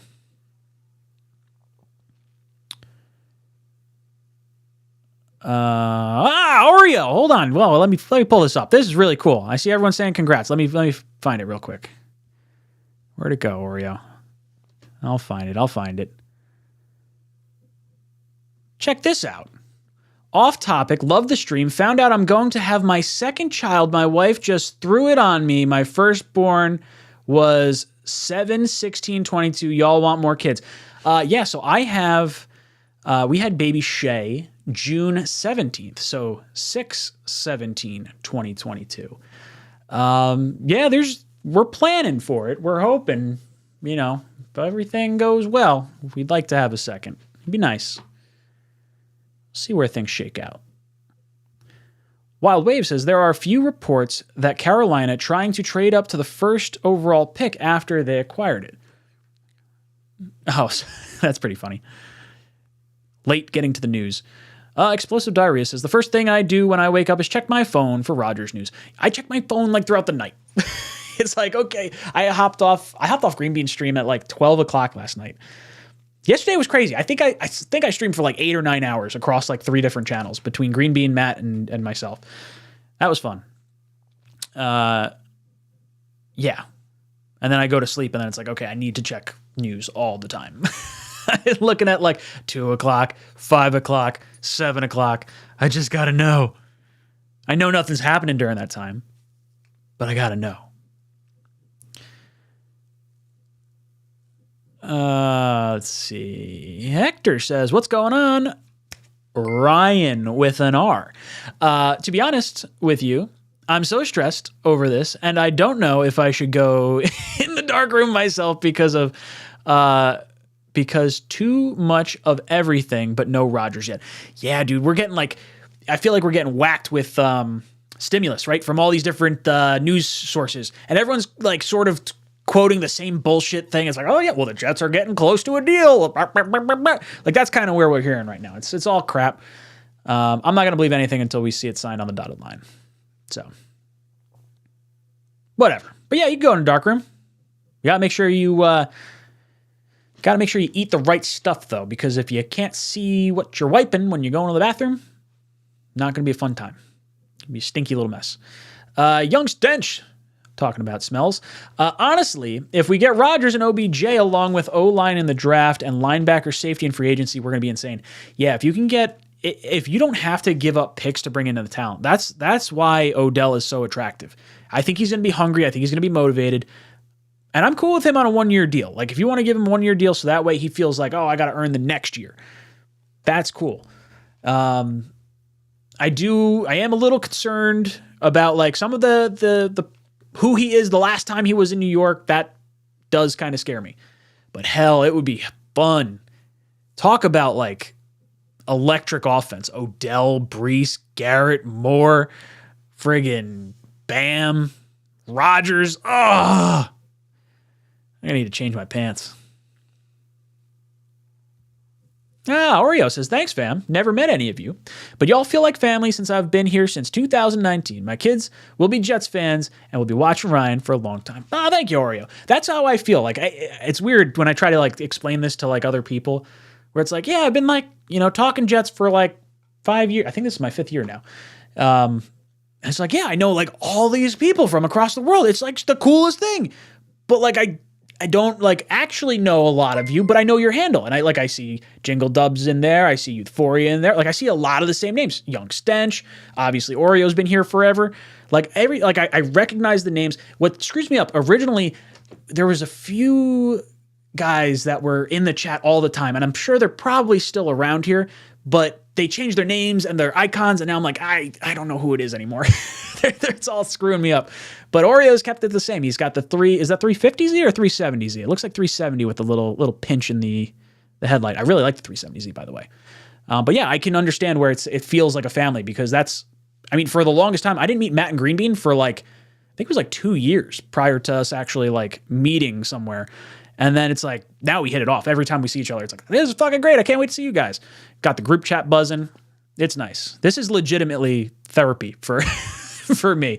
It's fun. It's gotten me through the best and worst. I shouldn't say the best times of being a Jet fan, but it's got me through the lows of the last few years for sure. Misery loves company. Tigo says, Oreo, that's awesome. Me and my wife are expecting baby number 2. We had our first one June 13th. Yeah, Ben's a cutie. Franco says Skoronski over Broderick Jones. No way. Broderick came in taller and longer than anticipated at the combine. Most athletic tackle, 0 sacks given up at Georgia. Skoronski likely a guard anyway. Yeah, I really like Broderick Jones. I know a lot of people have been saying Skoronski because he's always been rated like the top tackle, and I've seen Parrish Jones as a popular option for a lot of Jet fans, but I really, really like Broderick Jones. His comp is DeBrickashaw Ferguson. Can't go wrong with that. And then I just like that he went up against the toughest defenders in college and gave up 0 sacks. And he's only been starting for 2 years. So it feels like there's room for growth. If you got that much out of him now, why not risk like where his upside could potentially be? So if he's still my number 1 pick at number 13 if you keep it. I think it would be very surprising if you went a different direction there.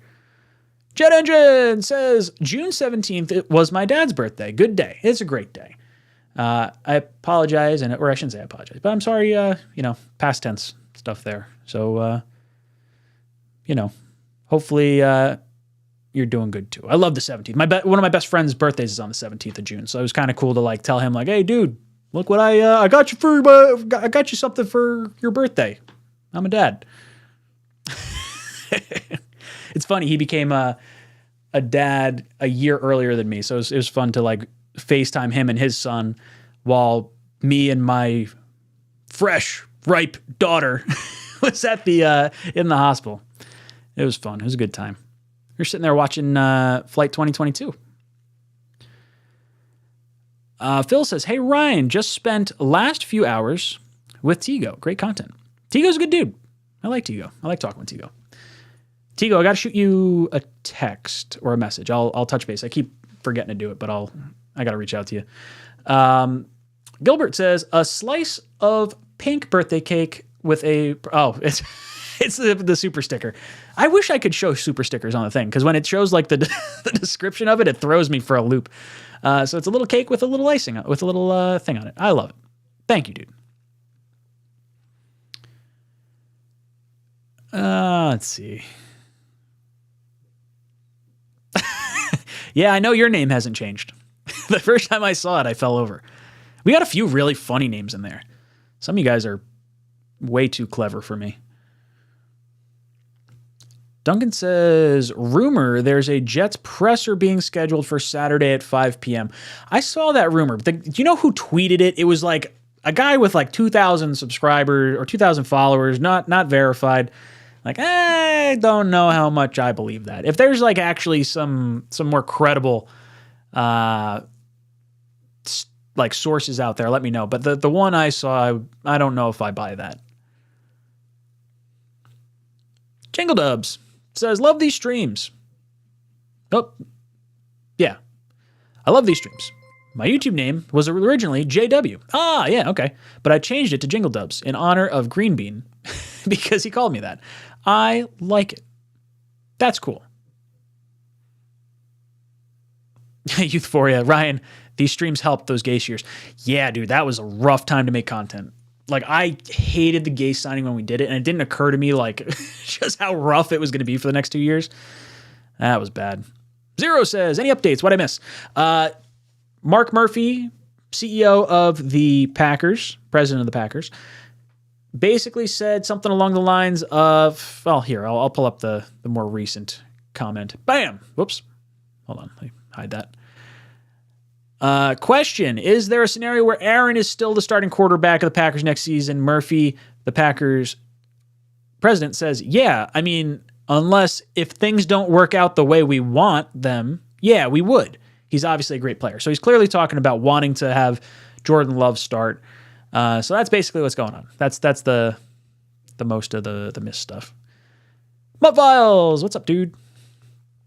Alex says, what's up, Ryan? Officially a married man. Oh, congratulations. Did you get your, did you see the email I sent? I sent it just before I went live, so you probably have it. But we're still sweating over Aaron Rodgers BS. So congratulations. Alex just got married yesterday. Is that right? My days are all blending together. Oh no, today's Friday. So maybe it's Friday. Did you get married today? I don't know.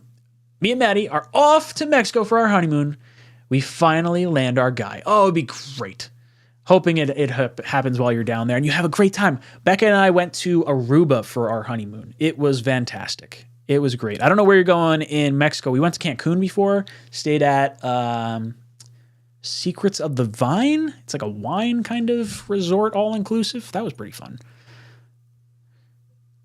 I thought I saw something else in here. Where did it go? All right, so I got Joe S., then we'll get to Sky C. Joe S. says, if Aaron Rodgers doesn't come, who would be your second option? I don't know. It gets like really difficult because you kind of have to decide based on what the team wants to do. Like if the priority is Super Bowl, like you were going with Aaron Rodgers, then I think you should pivot to Lamar. If the goal is to groom Zach while also hoping for a Super Bowl, then maybe you pivot to Stafford. Because his contract you can get out of after 2 years. His cap hit this year would be $1.5 million, and next year would be $31 million. Now, Stafford's got the back injury, so you have that as a concern, but at least you know he's good enough to be able to win a Super Bowl. So, and he's coming from the McVay system. Obviously, if there's some similarities to whatever Hackett's doing, if he wants to keep it similar for the players that we had under Mike LaFleur, maybe Stafford could facilitate that, but Stafford's got a massive dead cap hit that doesn't have to happen until June 1st. So I don't know. I don't want to wait that long for a quarterback. To me, if you're like already out on like the bigger names, I really like Jacoby Brissett. Like I know people are going to say Gardner Minshew or Baker Mayfield, someone like that, but I think the adversity that Brissett went through in Cleveland last year really showed a lot of character, and I think a lot of players respect him around the league. And in that sort of situation, I would almost be okay with like a Brissett Mike White competition. It would be incredibly cheap to do that, and it sucks because you're going from like Super Bowl aspirations to like really Brissett and Mike White. But remember, Mike White, we were all kind of like okay with before we started talking about this whole Aaron Rodgers, Derek Carr sort of situation. So I think maybe that's where I'd pivot, but it kind of depends on how, like, what their main goal is. What is the plan for like Zach or the team in general? Eric Tassikar, welcome aboard, dude. Sky C says, hey, Ryan, your thoughts on Aaron Rodgers retiring now and maybe coming back next year to go to any team he wants or a team that wants him. Is this a plausible situation? I don't think he's going to do that, because I think whatever team he goes to, if he were to sit out a year, one, he's going to be an extra year older. And then two, he's not going to have the same contract that he has now. I think if you stay out for a year and they put you on the retired list, I'm pretty sure you're just like kind of, you go wherever, kind of done. Now I could be wrong on that. Maybe I don't know the official rules with like retiring. I know the Jets had to release Favre, I think, from his contract. I think that's how that sort of worked. Yeah, I don't know. I don't think he's going to retire. But as it like stretches longer and longer, it gets me more and more concerned. Like, does he not want to put up with the bullshit of New York and like the pressure that we're all putting on him? Because clearly, like, all of us are like, oh, Super Bowl, Super Bowl, Super Bowl. Hey, let's burn a cheesehead in a flaming fire pit. Let's tweet at him. Let's do this like crazy. Let's stalk him from the the California airport. Let's look at Woody's jet. We could be a little deranged, right? So maybe he doesn't want to put up with us. Nick, welcome aboard. I'll be your pilot.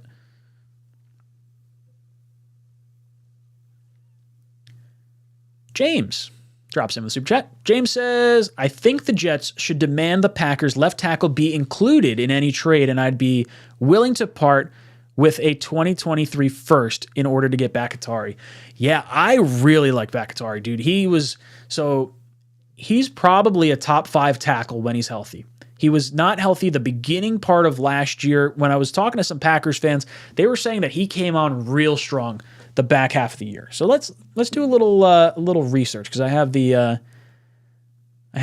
premium version of Pro Football Focus, so we could take a look at this and we could see what the by game situation was with Bakatari. See if there's like a back hit Tari there. Oh, yeah, there it goes. All right. We'll go blocking grades. Blocking grades by game. So let's see. He played week 3, 4, 5, 6, 8, 9, 10, 11, 12, 17, 18. And his pass blocking was phenomenal all last year. How many games is that? 1, 2, 3, 4, 5, 6, 7, 8, 9, 10, 11. So he played in 11 games and he was a stud. And even when he came back, he was still good. Like it wasn't his highest grade. His second highest grade of the season was his second to last game as far as like pass blocking goes. That was against Minnesota. Interesting. So he played, let's see. Oh, okay. So this year, get this. He played 600 snaps. The year before, 27 snaps. That was was it an ACL? What wound up happening to him? All right, now I got to look it up. Let's see. Back hit, Tari, injuries.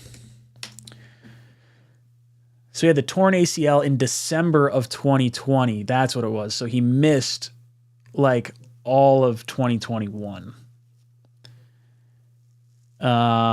He had 758 snaps the year before that. And then so the last 3 years have been rough, but it's really the ACL that hurt him for the bulk of that. I like him. I think it's a good swing.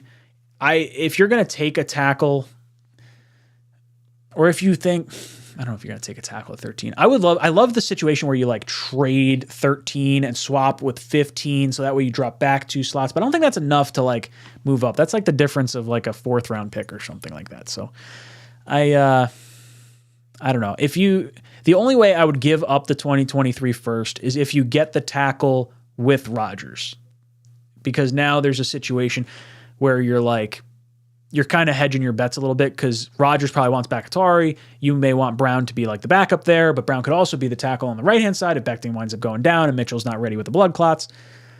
There is a little part of me that wonders if there's any value in the Packers getting like someone like Mekhi Becton. Like if you're going to lose Bakatari and the Jets are not feeling like they're going to exercise the 5th-year option on Mekhi Becton, maybe it's worth sending him over in a trade, letting the Packers exercise his 5th-year option immediately. They have him under contract for 2 years with Jordan Love, for his 5th year too. That may not, I haven't heard that thrown out there at all, and I don't know if that's even remotely on the Jets' radar because of the upside of where Becton could go. But if you're the Packers and you're thinking, okay, I want the picks, but like you're not going to give me 13, I don't know. Maybe there's a situation where you do that. I like the idea of bringing Becton back and actually re-signing him now to like a 3-year contract that's lower than like his 5th-year option. Say like, hey, look, we're going to bring you back. Clearly you've been injured. We want to commit to you for a longer, stretch of time, but we're not going to pay you the $14 million because you haven't been healthy. If he's open to that, I'd be good with it. And maybe you lay it as like a heavy incentive-based deal. So as long as he's healthy, he gets paid what, a good tackle would get paid. I would like to see most contracts work that way. Let's see. Ryan, what is the guy's Twitter handle that said the Jets-Rodgers presser was tomorrow at 5 p.m.? I can't find it. Yeah, I'll pull it up. I made a comment on it. I saw it on Jet Nation, and I was like, that's stupid. Like, this guy's got no one. I don't think so, at least. It's Dr. Stu. So it's at DR_SMAY21. This guy's got, what has he got? 2,600 followers.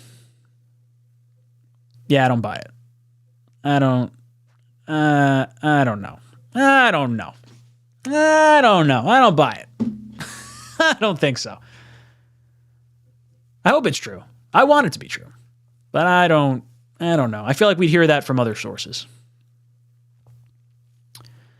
Captain Jet Sparrow says, so you don't think Aaron Rodgers retires instead of going to the Jets? That's my biggest concern.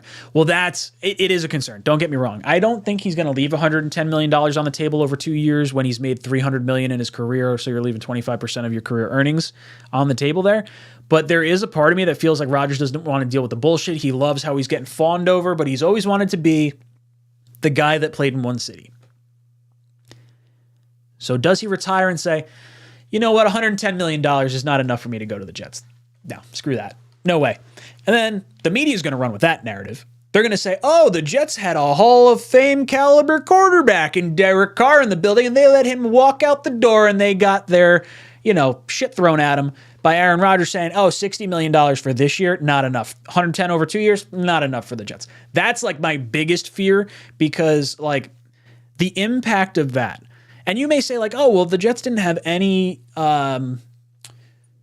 control over that. Like it was worth it for them to go try and get Rodgers because it was the right move because he was the best quarterback that was seemingly available. And I understand that. That is a good way to think about it. But in reality, the Jets went after Kirk Cousins back in 2018.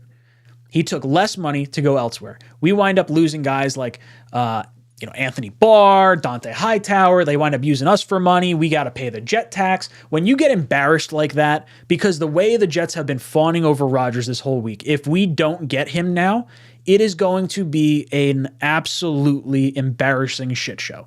We're going to have egg on our face. And what sucks is, like, no matter who you go with after missing on Aaron Rodgers, unless it's Lamar, like you're going to take a step down, and I feel like there's going to be some level of disappointment if you don't get Rodgers, and the only way to solve it is by winning, and we got to wait until September for that to happen. So that means we got the whole chunk of time from like basically now through the season to just hear about the same old Jets, the narrative and whatever.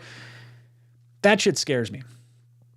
I really like some of the comments that Rodgers made after the Packers-Jets game this year, and it seems like he knows the talent that's here, and he can appreciate, like, hey, they're not the same old Jets. Like, he spoke very highly of the Jets roster, and that might just be, hey, look, I got my butt whooped by the Jets in Green Bay. I got to show a little humble pie. Could be possible. But, man, I really I hope he gets here. I just want it. I want it so bad. Young Stench says, if Rodgers retires, I will probably hate him more than anyone I've ever hated. It would be such a kick to the balls. I don't know if I could hate him more than Brady, but it would hurt. That would be a very painful day for Jet fans. You're going to see me on here and I might sob. I probably won't sob. I'll probably just curse. And then I'll get demonetized and I'll just say, whatever. Screw it. Sometimes you gotta take one for the team and just let it out.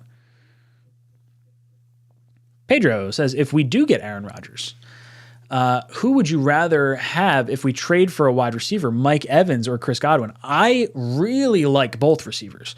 Godwin's a little younger. That's who I was hoping the Jets would go for a few years ago. I think it was 2 years ago now.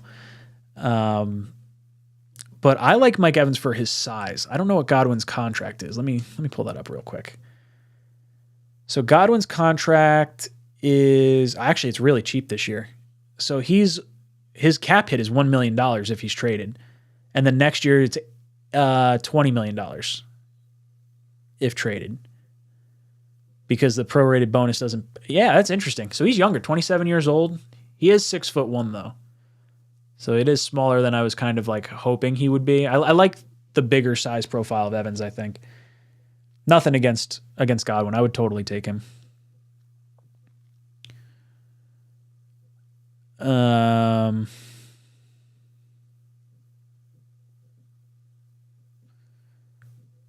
Crossfire, am I wrong, or don't the visiting teams get interviewed by media of the home team, which means Aaron Rodgers already dealt with the New York media? Visiting team gets interviewed. Well, we played Green Bay in Green Bay, right? So it would have had to been from another season. I mean, I'm sure he's played in New York at some point. You would think. Aha, Sheriff, helping me out. Yeah, words are hard. It's pronounced Bakhtihari. Bakhtihari. Bakhtihari. Bakhtihari. Bakhtihari. Perfect. I'm going to call him B. John, thanks for subscribing, dude. Much appreciated. Yeah, I need, like, when we do the Talking Jets panel, I need O'Leary to, like, read stuff sometimes. He's got such a silky smooth voice. He knows how to pronounce things. Words are very hard for me. Let's see. What else are we talking about?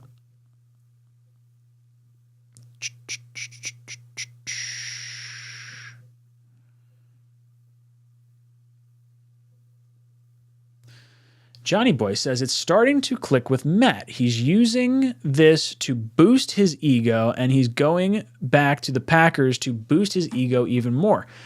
I don't know what the Packers do if they don't want him there. Like, I think that's what the GM's trying to do. Like, I think Rodgers does prefer to be there, because I don't think he wants to move. I think he wants to show that he's, like, loved there. But man, I want him to come over. I don't know what to make of it all. Paris says, it's a reality, Ryan. Derek Carr was clearly the Jets' second choice, and he knew that. That's why Carr signed with the Saints. Yeah, I think so. I think he also knew that I don't think the Panthers were necessarily in on Carr, so it was between the Jets and the Saints, realistically, and if the Jets had signed or it got any further with Rodgers, I think the Saints wouldn't have necessarily bought into the fact that the Jets might go after Carr. But I said for a little while, as much as I like Carr, I didn't get the feeling the Jets were necessarily like before the meeting that they were going to be in on him, because it just felt like they were going to try and maneuver themselves to like Rodgers and then Jimmy G and then Tannehill. But then they brought in like, Carr's former quarterback coach. I don't know. I like them casting a wide net. It's a good thing. But yeah, I'm glad we're almost at the home stretch here. I just wanted to finish up. Peter Chestnut. says the deal is done. Obviously, the Jets are trying to trade, cut, or restructure contracts announced no later than Sunday. I've been telling you guys, 12/12. On March 12th, we're going to find out the Green Bay Packers number 12 quarterback is going to be coming over here to New York and wearing number 12. Maybe that's how it happens. Hooked on Phonics. Yeah. I don't know if I ever did Hooked on Phonics, but it was very, the way they taught us how to speak is probably more me not reading enough books as a kid. I played too many video games.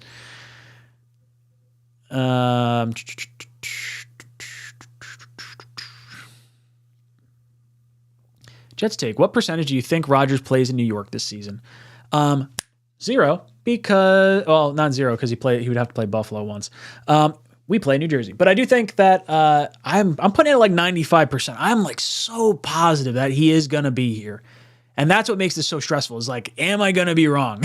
I'm right there. It makes sense for the Packers. It makes sense for the Jets. It makes sense for Aaron Rodgers. It makes sense for Zach Wilson. Like all the players we already have. It just makes so much damn sense. It's hard for me not to like actually believe that it's gonna happen.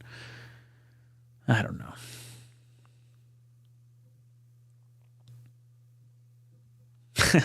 Mark says, you sleeping this weekend? If so, is it in the doghouse like me?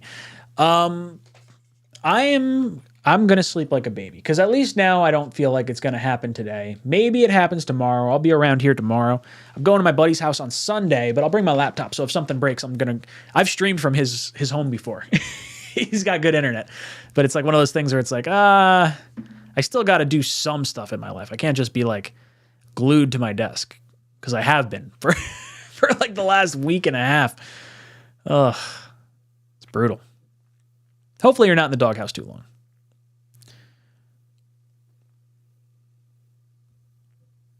Shit or get off, says Ed. Yeah, right? 12/12 announcement on top of the Empire State Building with Broadway Joe and Joe Douglas and Woody and Sala. I want to see... We were talking about it on Green Bean Stream last night. I want to see Rodgers come out. I think it was Y2K that said it. You guys see him in the chat sometimes. He hopped in and he was like, I would love to see Namath in the tunnel hand a package to Aaron Rodgers, and they like cameras on him, and they open it up, and he dons like the 12, the old school Jet uniform, and now number 12, your quarterback, Aaron Rodgers. Boom! And it's like, oh my God! This is ridiculous. Oh, I'm going to lose my cool. I'm going to lose my goddamn mind. Sauce mentioned 12/12 and tagged Rodgers yesterday, so maybe Monday it is.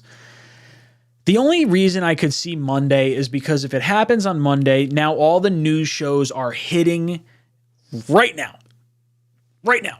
And then it's going to be all through the week. It's going to be free agency this, Aaron Rodgers that, who's pairing up with him in New York or wherever he's going to go. I hope so. But you're saying, oh, maybe Monday is the day. But 12/12/12 meaning Rodgers and Namath, or 12/12 meaning the time? There's no colon in there. Can't tell. Steven says, Bakatari contract has been restructured today. Yeah, that's what makes things a little bit interesting, because I was trying to talk to a Packer fan just to see how they felt about it. And Packer fans, if you're in the chat, let me know. Does the restructure of Bakatari this year make it more likely that he's staying in Green Bay, or does it make it more likely that he becomes a tradable asset and you get a higher draft pick because of it? Like, it's almost like buying a draft pick from us because we weren't going to give you 13 anyway, or do you think you're holding on to him? Because his cap hits really aren't that bad. I mean, now it's down, pretty low. It's a $21 million cap hit, down from like close to 30. I think it was a $29 million cap hit at one point. If he's traded, he's a $1.2 million cap hit for the Jets, or close to it, like $3 million maybe. But like that's what I'm saying. Like, you could get a much better pick with trading him now because you're eating the signing bonus that you just gave him. So I tend to think, because Brown's coming back, I think Bakhtiari. Where's that super chat? Bakhtiari is. I think he's probably staying in Green Bay at this point, unless Rodgers like really digs his heels in and tries to get it to change. But I don't know if that's going to happen. Ryan, you're killing me, pumping us up. If we don't get Rodgers, not happy. Yeah, I'm going to be upset too. I really, I hope that's not right. Oh, interesting. From Duncan. Says Sunday is March Madness selection, correct? Is it? I don't know. I haven't. Let's see.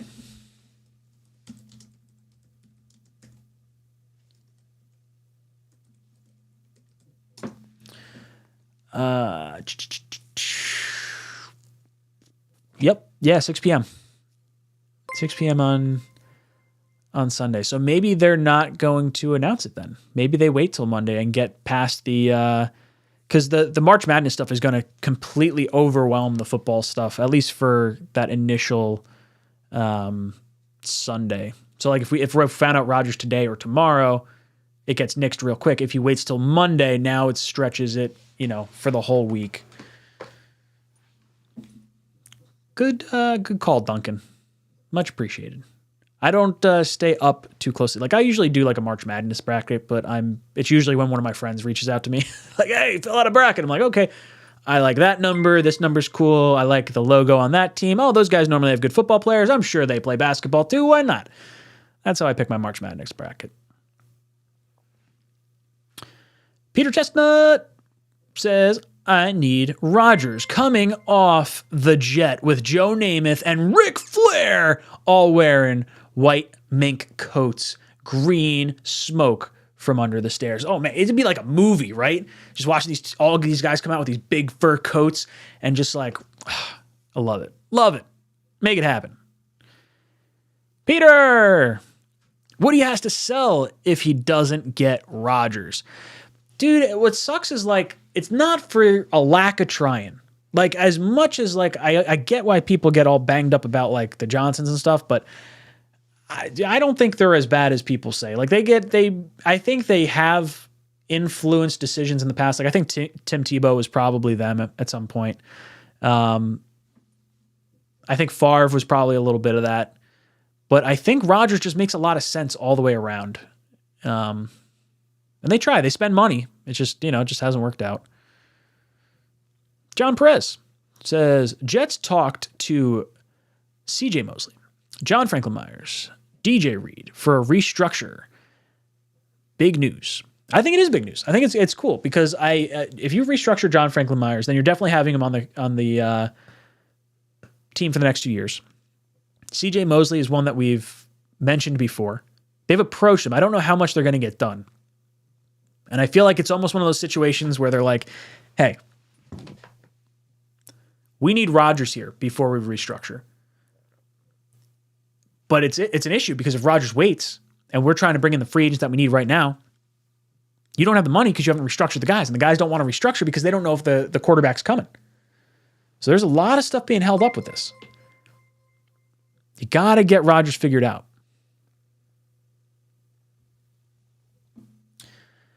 John says, "Appreciate your work. Let's all freak out in a few days for better or worse." Yeah, at least we're all in it together, right? Fingers crossed we're having a happy beer, not a sad beer.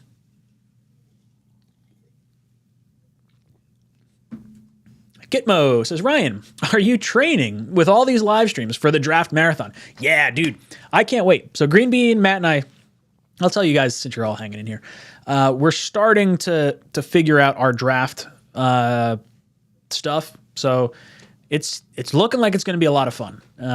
I got to start reaching out. I've talked to a few creators already, but I have a few guys. Like I'm collabing with Richie on Monday. So I got to talk to Richie a little bit. I was supposed to talk to Buffalo. I don't know if he's in here. Tigo, I'm going to reach out to you.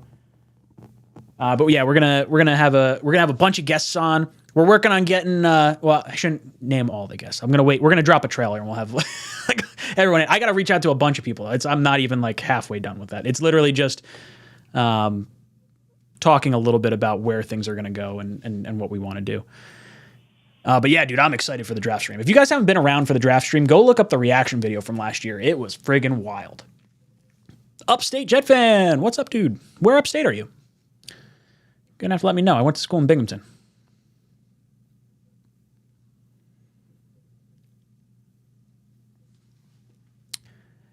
They restructured Mosley, saving 3.6. Kevin, no, that was CJ Uzoma, saved 3.6. I don't know if they've restructured Mosley yet. I know they talked to him a little bit. Schenner. Jets got to be under the cap by the 15th, so knowing how Rodgers has acted with Green Bay for the past couple of years, I expect him to announce around Tuesday or Wednesday morning. I don't even know what our cap is at right now with all these kind of moves that we're making. So Jets are sitting at $1.4 million over the salary cap. So we're going to have to push some money into next year, and we're going to have to make some cuts.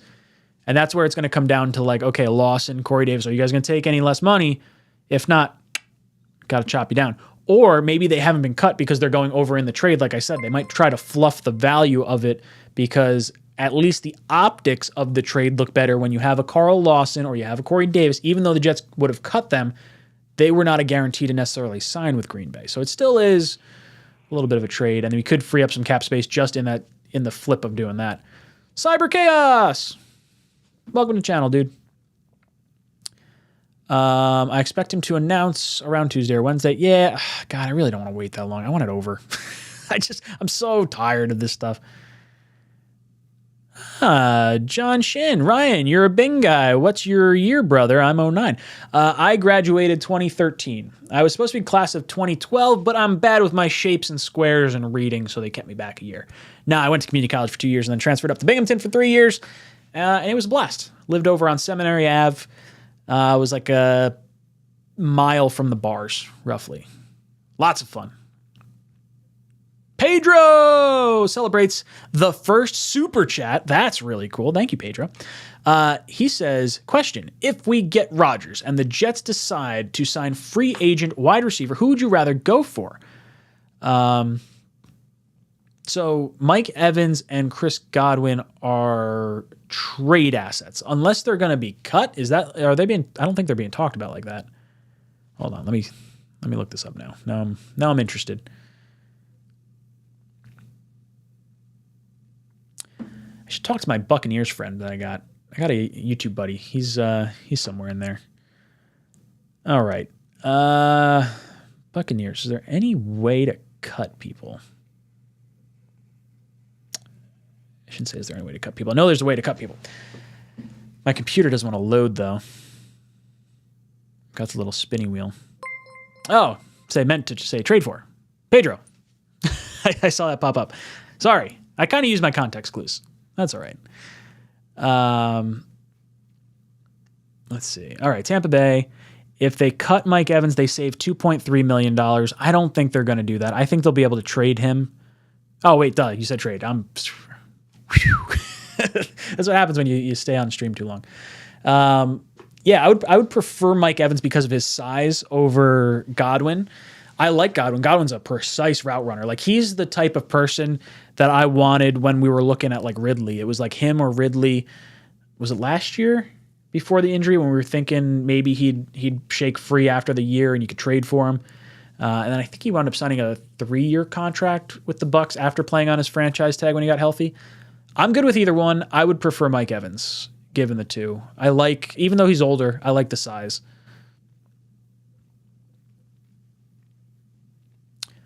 Crimson Wolf. You went to school in Binghamton. I work in Binghamton. That's crazy. Yeah. Oh, yeah. It was nice. I liked it up there. Helped build some parks. Did some cool stuff. Drank some beer. Made some bad decisions. Fantastic. Stumbling home from State Street was always fun. Nichols says, when do you think we build a new stadium? MetLife is a piece of garbage, and it's a shame that Dallas spent less than us and still has a better stadium. Yeah, that's the price of building stuff up here in the Northeast, right? Like, there's going to be a ton of red tape. There's going to be a ton of cost factors. I feel like you could build anything in the South for like nothing. I don't think we're going to get a new stadium. As much as I want one, financially it makes way too much sense to have two teams split a stadium at the high price of real estate here in New Jersey.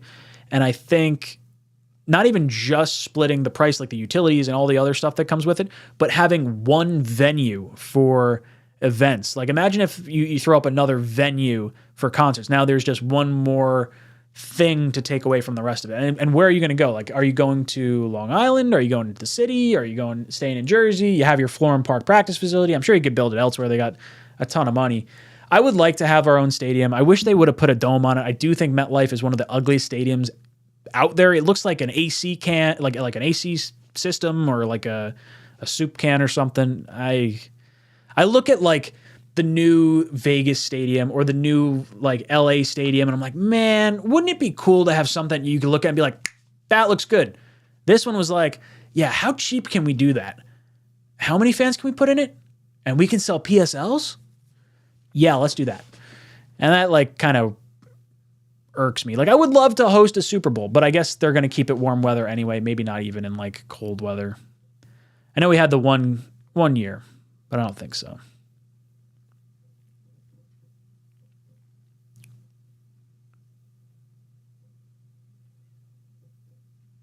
Oh, Kevin says, check on that, Ryan. According to Tom Pelissaro, Mosley restructured 4.5 bonus and 3.6 towards the cap. Really? Let's take a look.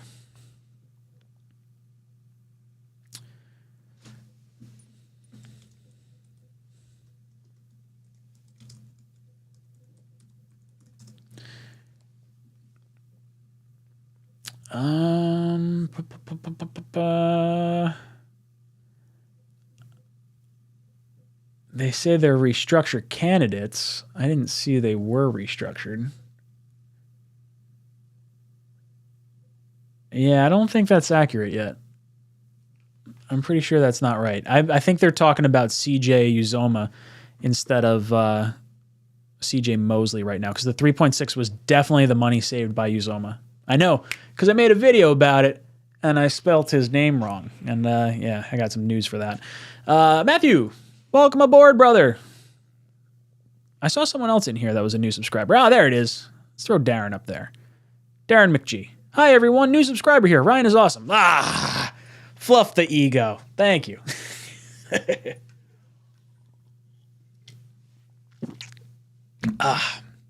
What we got? Let's go...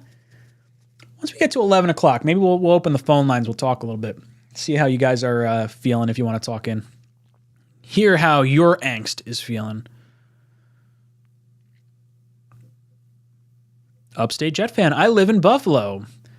World, Rochester, New York. Oh, I live in Buffalo World. Rochester, New York. But they all know that one Jets fan... LOL, this guy. Yeah, right? Like everyone knows the one guy in your school or your work or your, wherever that you are. And you're like, oh, that guy is a Kansas City fan or that guy is like a Charger fan. It's like, my one buddy's a Raider fan. It's like, how the hell did you be a Raider fan over here? I get it. His dad's a Raider fan. They're fun to watch. Logan says, Ryan, don't get upset when we don't get Rodgers, man. I wish we were too, but at this point, it's very unlikely. If he wanted to come, would have been a done deal. Lamar. I don't know if that's necessarily true. I think I think he does want to be here. I'm pretty sure he does. Like a solid 35%. No, he does. I don't know anything. I'm not sure. I hope he wants to be here. Could Mosley restructure again? Yes, but he has not restructured yet. That is not true. As far as I've seen, unless you guys can show me something different. Jedi Knight says, rivers. Oceans. I can say words too. I don't want that quarterback. Not right now. Green and White Militia says, thank God you're still streaming. My dumbass is still stuck on Twitter knowing full well nothing is going to hit. Yeah, I don't think we're going to have anything happen tonight. I would be pretty surprised. Be cool as hell.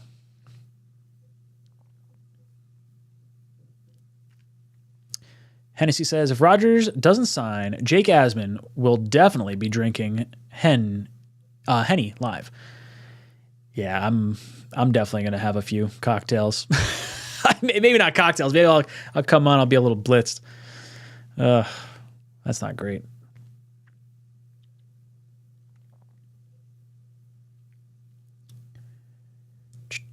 Ryan. Good name, dude. Strong name. With the Jets, recent history of awful GMs, how long is the leash for Joe Douglas? I'd sign him to a 10-year deal yesterday. What would he have to do to lose favor in your eyes?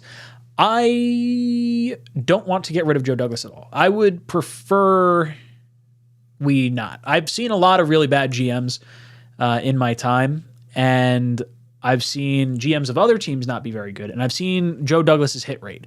If you're considering Zach Wilson, Denzel Mims, and Mekhi Becton all busts, like that's assuming the worst case scenario, that none of them are going to give you anything at all for the rest of forever. They're all busts. If you consider all three of them busts, you have still hit Elijah Moore, AVT, Sauce, Jermaine Johnson, Garrett Wilson, Breece Hall. Am I missing someone in there? Thought I had 7 last time. I feel like I'm missing a second round pick. But basically, through your first 2 rounds, Joe Douglas is like 75% hit rate. Like, that is incredible. When you consider the first round hit rate is 50% for good GMs, and he's got 75 through 2 rounds. Yeah, dude, I'd sign this dude for a 10-year extension. His trades have been incredible. If he gets the quarterback, I don't care that he missed on number 2. Like, as much as it sucks to whiff on a quarterback, if you're getting every other pick right, dude, I trust your evaluation. If you can't get the quarterback, go buy one. It's all right. I really like Joe Douglas a lot. I saw Idzik. I saw McCagnon. I don't want to go back to that. I think it's more likely we get a worse GM if we fire Douglas. Like, if I had to go between, like, oh, would you keep Douglas or would you keep Saleh, like, in that sort of scenario, I would like both of them. I really like Saleh a lot. But if you had to get rid of one, I like the player acquisition side of Douglas. But I think they work beautifully together. I mean, Saleh and Douglas seem like they have a perfect alignment with the players they like and how they're able to identify them in the draft. I think we have the right guys in the room. I really do.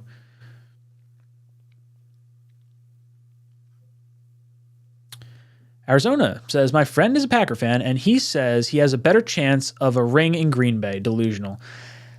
I don't know if it's necessarily delusional. They don't have a crazy ton of cap space over there in Green Bay, but they have some talent. They have some good players. I just think I think it's time for them to move on with Love. That's more so my thing. And I think the Jets are really good. The Jets in the AFC might have a similar chance at the Super Bowl as the Packers in the NFC. Like, the Packers, I don't think are a better team than us, but I think the NFC is so much weaker than the AFC that you could argue he has a better chance in Green Bay. I hope that's not the case. Upstate Jet fan, Quinton Williams, what's our plan? I think we wait. I think he gets signed near training camp because I think the Jets are going to get hard knocks and they're going to have this whole situation similar to the Revis thing where it's like, oh, or did you sign him? We're going to knock on Revis's door. I think it's going to be something like that. I think we're getting Rodgers. I think it's going to be one massive, like, fucking parade of, like, media attention and hard knocks. We're going to get 5 primetime games. Like, that's where it feels like it's coming from. Matthew says, hey, do you have any autograph stuff from the Jets? I have a Revis photo and a mini helmet autographed. I also have a Sack Exchange jersey signed. I do, actually. Let me get it. I have some signed stuff.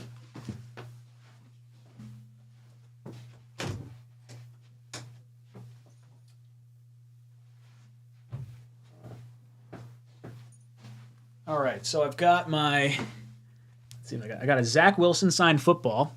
Got that for $20 in a raffle last year, before it, like, not last year, 2 years ago, actually. So I got Zach Wilson signed football.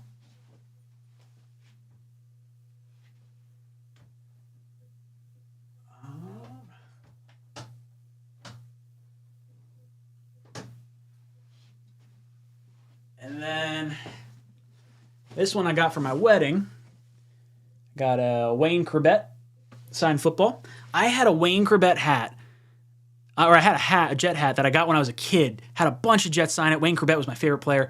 Had him sign it, and then I think I lost it in my, like, move when I was switching apartments. And I actually did a video with, or an interview with Corbett on Jets X Factor, and he's like, send me a hat, I'll sign it and send it back. I was like, oh, really? And I never did it. I really got to do that. I love Corbett.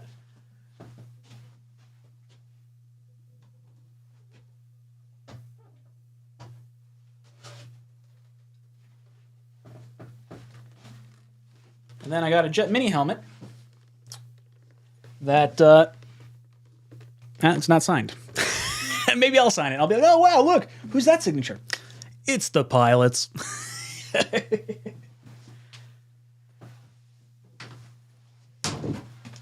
Yeah, I used to have like a signed Jet hat. I had a few other signed stuff a while back. I had my dad has a signed Corbett jersey. I think I had that shirt that I made that was not your Sam Darnold Jets it was the only Sam Adams. It was the Sam Darnold and the Jamal Adams jersey. Sam Darnold, Jamal Adams shirt that I made that had both of them. I had Sam Darnold sign the shirt. I was at training camp and he's like, he signs it. I was like, that's cool. Actually, oh wait, I'm a dipshit. My hat's signed. Boom. I got Darnold on here somewhere. I got two of them. I got 2 or 3 signatures. Yeah, there we go. That's our boy Darnold. Hold on. Somewhere on there? That's Sam Darnold. I forgot I got that thing signed.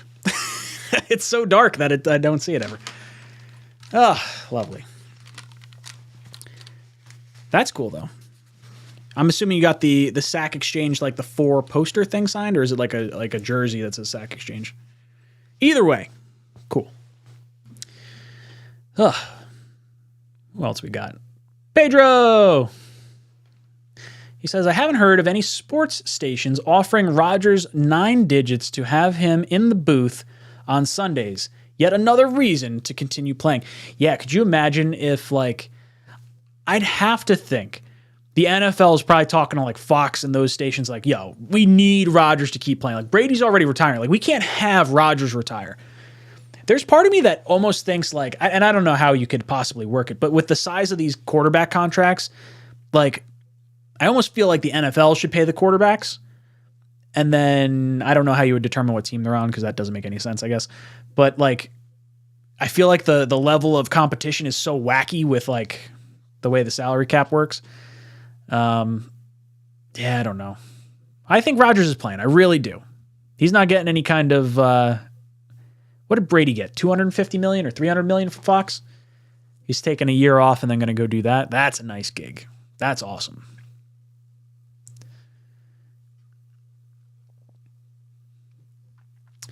Opinion on signing Raheem Mostert and having him rotate with Hall, Knight, Carter at running back, or do you prefer Ty Johnson? Ooh, I didn't realize Mostert was a free agent. Yeah, I'd be all right with that. Especially if, like, Hall's not necessarily ready to go for the season. I think it depends on where his health evaluation comes out. Like, if they think they're going to IR him for like 4 weeks to just let him get up to speed, then yeah, I'd go after Mostert. I like our backs, though. I don't know if we necessarily need to add an extra one. And I feel like Mostert's better than, like, any running back 4 that you could really add. Rob V says, do you think Whitehead gets cut? I think there's a chance he gets cut. I think they're going to go into the draft with him, and that way it kind of hides whether or not we're going to draft a safety, and then it allows you the ability to sit back and let a safety fall to you, as opposed to cutting Whitehead for the salary cap space now that you don't necessarily need right now, and then you telegraph it to another team saying, oh, well, the Jets need a safety, that guy's falling, let's hop in front of him. So I don't think Whitehead gets cut right now. I would say he could get cut. I mean, heck, he could get cut in training camp. Why not? Because there's no real, there's no deadline for when he has to get his money. The only bad thing would be, like, if you're the player himself, like, he would want to get cut as soon as possible so that way he could sign with another team. But I think if you're the Jets, you would hold on to, hold your cards, and that way you don't cut him too early until you know you have a safety on the team. Oreo says, unpopular opinion, Quinnen isn't deserving of the contract he wants. In 4 years, this was his 1 year with double-digit sacks. How do we know he won't turn into Muhammad Wilkerson once he gets his money? I don't get the same vibe from Quinnen as I did from Muhammad Wilkerson. Muhammad Wilkerson didn't feel hungry. Like I think what Quinnen does is he takes like a 3-year contract, because I think he's 24 right now. So he'll be 27 when he's up for a contract, unless you want to re-sign him with a year left or something along those lines. I like the idea of paying him $22 million a year. That would make him the second highest paid defensive tackle. And Quinnen and his attorney or his representation understand he's getting $9.5 million this year. If we franchise tag him next year, it's $18 million. If we franchise tag him the year after that, that's $23 million, which means that 3-year contract is an average of $17 million a year. So for the Jets to offer him $5 million more a year, that is a fair contract. If you say, hey, Quinnen, you have earned second best money. Aaron Donald's one of one. We will give you $22 million. If Quinnen wants 25, franchise tag him, go for the Super Bowl runs, don't give him the big contract, trade him at the end. But I think he understands that. I think his representation understands that. I think he wants to be in New York. It seems like he's a really good kid and he wants to be here, and I think he should be a long-term staple on our defensive line. So I hope they pay Quinnen soon. I think it's going to be closer to training camp, though. I think it's going to be a little bit more, see how much we need to use the rest of our money before we start allocating extra money to players that are already under contract. It's a sad truth, but I think that's going to be something that pops up. Fulham says, Ryan, do you think we're lucky? We drafted Zach because he's been so bad we can move on fast, whereas other quarterbacks in that draft like Mac Jones, Justin Fields, Trey Lance haven't been bad enough for them to just be scrapped. Yeah, there is something interesting about that. Like the part of the rationale for like why they say quarterbacks, when you take one, it sets you back 5 years, is because of the amount of time you devote to that quarterback. Now the Jets hopped off Zach after 2 years and they're like, hey, we got to give him a reset. Like clearly whatever's worked in the last 2 years wasn't going to work. Like we got to get his feet right. The athletic stuff, like the scouting profile is still there. Like when Zach came into the league, I'm watching him in preseason. You go back and watch the every throw videos I did. He was sharp at like in that preseason, and like his feet looked good. Like everything was on the money. And then once he started getting the pressure in his face and the offensive line started getting dinged up and the speed of the game caught up to him, because remember, he's coming from a smaller school, and the speed of the game is going to be drastically faster. I think if you let him sit behind Rodgers a bit, you at least give him some opportunity to develop, and I want to see him be the guy. Like that would be really cool, because that means we have gone for the ring with Rodgers possibly, and then you have the guy that you've wanted to develop. You know, we've been hoping for a developed quarterback for so long, because you want to have like the I grew this here, not the I bought it elsewhere kind of vibe. Because there is a little bit of like, man, that kind of sucks. But we haven't seen good quarterback play in a long time, so like I'm totally down with buying a Super Bowl. Dashing NJC says, I have a replica NFL-sized Jets helmet. That jet light in the background is awesome. Where did you get it? So that light is not really a light. Oh, actually, you know what? Hold on. Let me pull it off the wall. I'll show you what it is.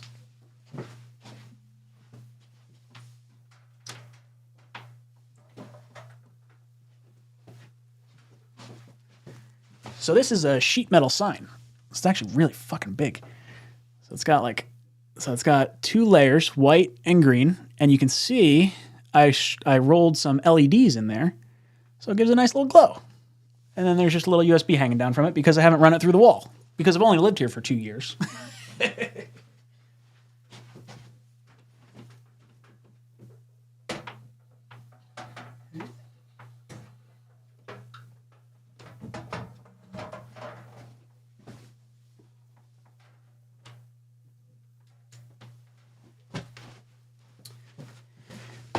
But yeah, so that sign, or that light, is from Etsy.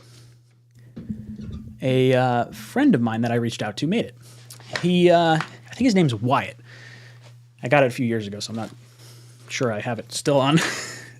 Oh, dropped my headphones. Actually, I don't even need that in. I'm not even listening to videos. Yeah, I think that's the middle size. He offers 3 different sizes. He does a bunch of different teams too. You don't even have to just get Jets. There's like a whole bunch of stuff that he does. But yeah, he's like, oh yeah. So he actually sent it to me because I told him, I was like, hey, I'm moving into a new house. I want to I use it for my channel. And he's just like, Promo code Jets Talk. I was like, oh, cool. Like, so if you want to go find his, if you find his website or Etsy store, you can type in Jets Talk. I think it's all one word, and I think it's like 10 or 15% off, or at least it used to be. I don't know if it still works. Haven't talked to him in a long time, but I liked it. It was a little over $100, I think. Robert. Yeah, Corbett and Coles were two of my favorites. I really like them. Burger with a side of Jeremy Curly Fries. That's one of my favorite names that I've seen. There was a few in here from the other day that had me kind of laughing. All-time Jets wide receiver room. You can only pick 3, even if they never had a long tenure here. Who you picking? All right, I'm gonna frame it as from like 90. I want to say 95, but I don't really remember football well then. I would say like 98 maybe through now is where let me do that because I don't know the historic guys quite as well. I also feel like the game's kind of changed a little bit. So Brandon Marshall, I think, has got to be up there for me. I guess you could say Keyshawn, I guess. He was in the league a long time. Who else do we have? I love me some Coles, love me some Corbett. Am I picking like my favorite, or am I picking, hey, what's up, Mr. Uglis? Get to you in just a second. Same with you, Peter. Yeah. Marshall, Decker were fun. I love me some Braylon Edwards. I really do. Like, I know he wasn't on the team very long, but like the dude doing the Dougie over top of like the Patriot defender. Oh, dude, I jumped out of my seat. It was so cool. God, who else? All-time Jet receiver room. I feel like Marshall's got to be in it. Santana Moss, that's a good one. Yeah, you guys are saying Altoon. I didn't get to watch Altoon. I love Coles. I was always a big Coles fan.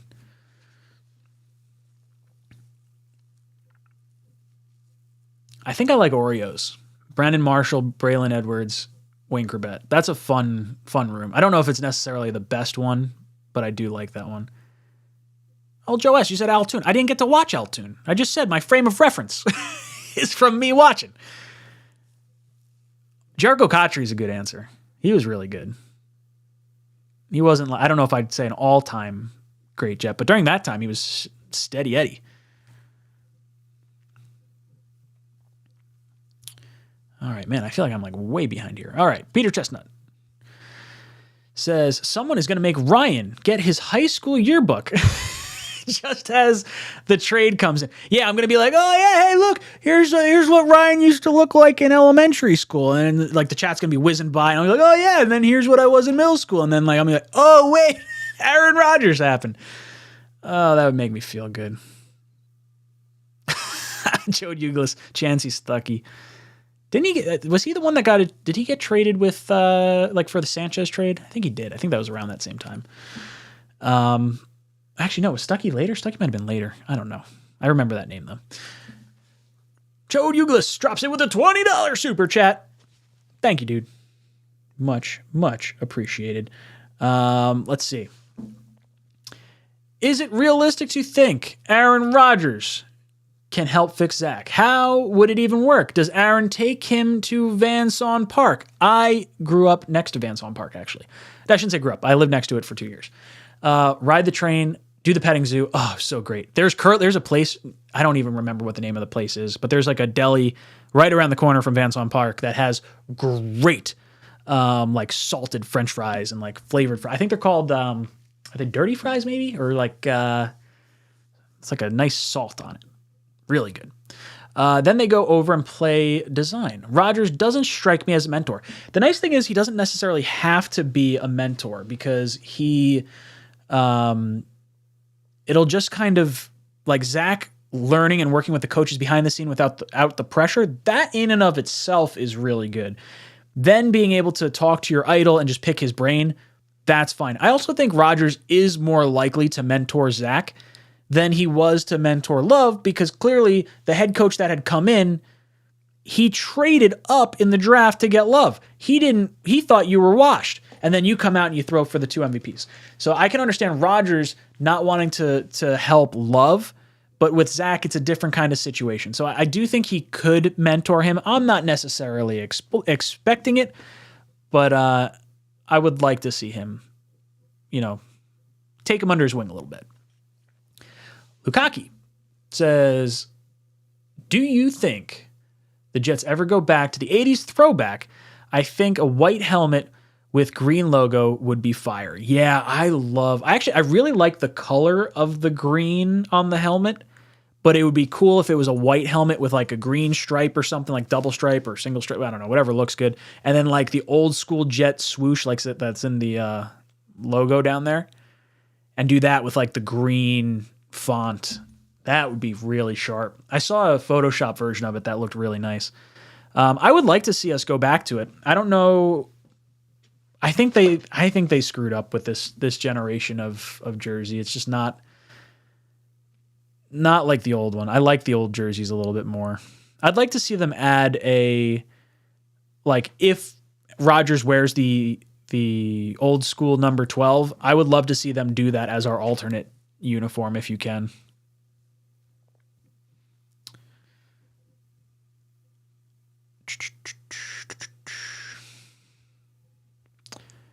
Brad Smith was a gadget, but I friggin' loved him. One of my favorite players ever. He was fun to watch.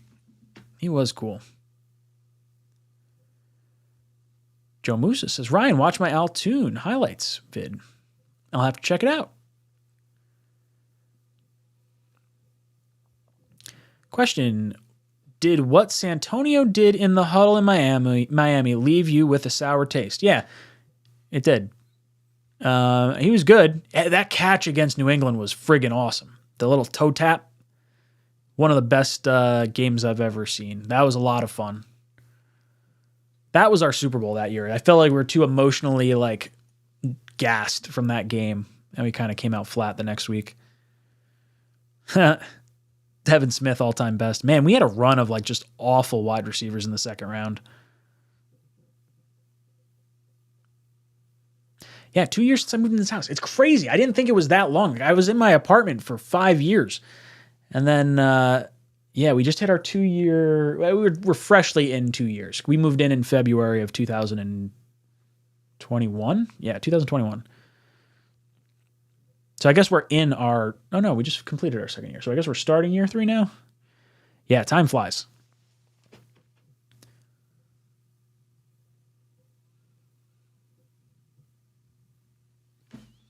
J. Cole, Rusty the Jedi Spooner said the Sauce Gardner 0 touchdowns allowed in college wasn't worth a first-round pick. Fucking Jedi with his lightsaber. I got a lot of grief for saying I thought Sauce should be the number 4 pick. I had a lot of people upset with me. There was a good amount of people that, I shouldn't say a good amount of people. I would bet a solid 20% of people agreed with me. And then 80% were all on the edge rusher train. And I'm fine with that. I would have been fine getting the edge rusher I get it. It's a, more valuable position. But man, dude, did we hit a fucking home run with Sauce. Dude is fucking money. I got to watch the mouth, Ryan. Watch the mouth. Chrome. Schefter just reported the Packers president story. Fairly clear nothing is imminent right now. Otherwise, Schefter would have more news than what came out a half day ago. Yeah, I think we're just in a holding formation now. I don't think there's going to be any new news until we hear it from the Jets or Packers or Rodgers directly. It's amazing how well both organizations feel like this is being locked down. This does not seem... I mean, it's not a well-kept secret. The Jets obviously are going full court press on him, but I'm pretty impressed with how little information we've really gotten out of it.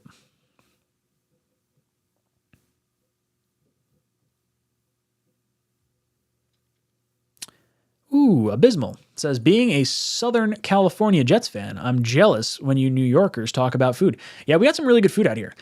You guys probably have some, I bet you guys have some good Asian cuisine on that side of it. I feel like that coast would probably have more of that, where this side of the coast, I guess in my mind, I would think it would be more of the European style food, but that's probably wrong too.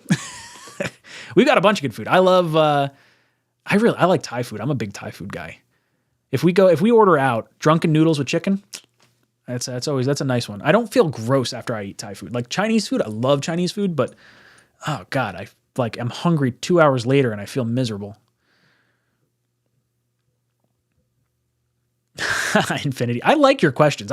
You're someone that I would hang out with in high school. These questions. We used to call into these questions on radio shows. I got blocked from Z100. My phone number can't call in anymore because I asked them how big of a diameter should a pancake be to be considered a pancake, and they're like, block. Oh well. Do you eat or drink soup? It depends on the soup. And I would say both. Muttviles, how do you feel about the Panthers-Bears trade for the number 1 pick? I think the Panthers felt aggressive and they had enough picks from the trade of Christian McCaffrey. I think they paid a hefty premium to go up and get him or get whoever they're going to get. But I think the Bears made out well because now they surround Justin Fields with Mooney and Claypool and Moore. Like, that's a loaded wide receiver room now. And if Fields doesn't work out and show the growth as a passer next year, you have loaded up your team with more draft picks to go up and get a quarterback if you want to. And I still think there would be some kind of market for Fields if you did kind of want to move off from him. Because remember, they didn't draft him. This is a new regime. But I like it. I think it was a smart trade because Carolina leapfrogs their division rival in Atlanta. And I think Atlanta could still end up with Lamar at some point. It feels like they should be involved, and I don't know why. Paris says, I was more upset with Ryan suggesting that the Jets trade Sauce. Oh, yeah. No, hold on. I valued Sauce at like 3 first-round picks, and I would not trade Sauce. That is out of context, my friend. Oh, I love this, Orville. Dude, the Jets are a superb owl team with any quarterback next year. I should make, you know what? I'm going to make a superb owl shirt. I'm going to get one of those. Superb owl or bust. I'll come up with something. That's a good one.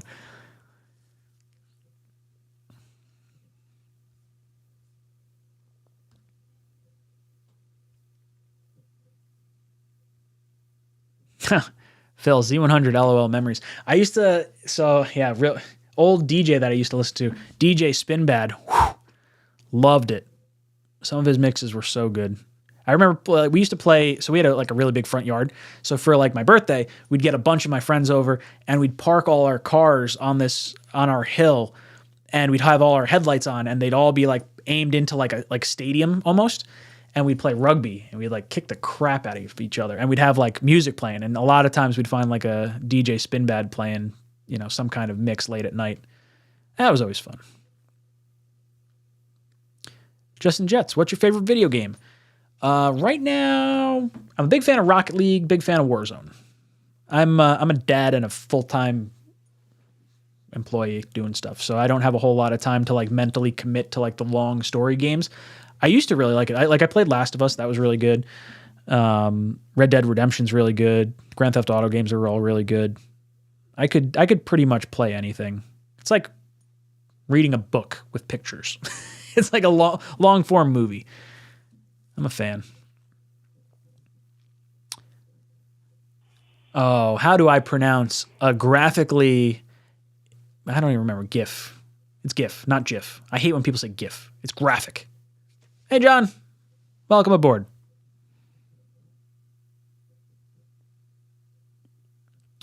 Mike White says, Justin is a great passer, has been since high school, very smart with the football. He will take another jump this season, most likely. Yeah, I liked him coming out of college. If you go back to our live stream for, I think it was Clemson, Ohio State, I'm pretty sure that was the matchup, and friggin' Fields got the snot kicked out of him. He just kept going. He was one tough son of a bitch. I have a lot of respect for Fields.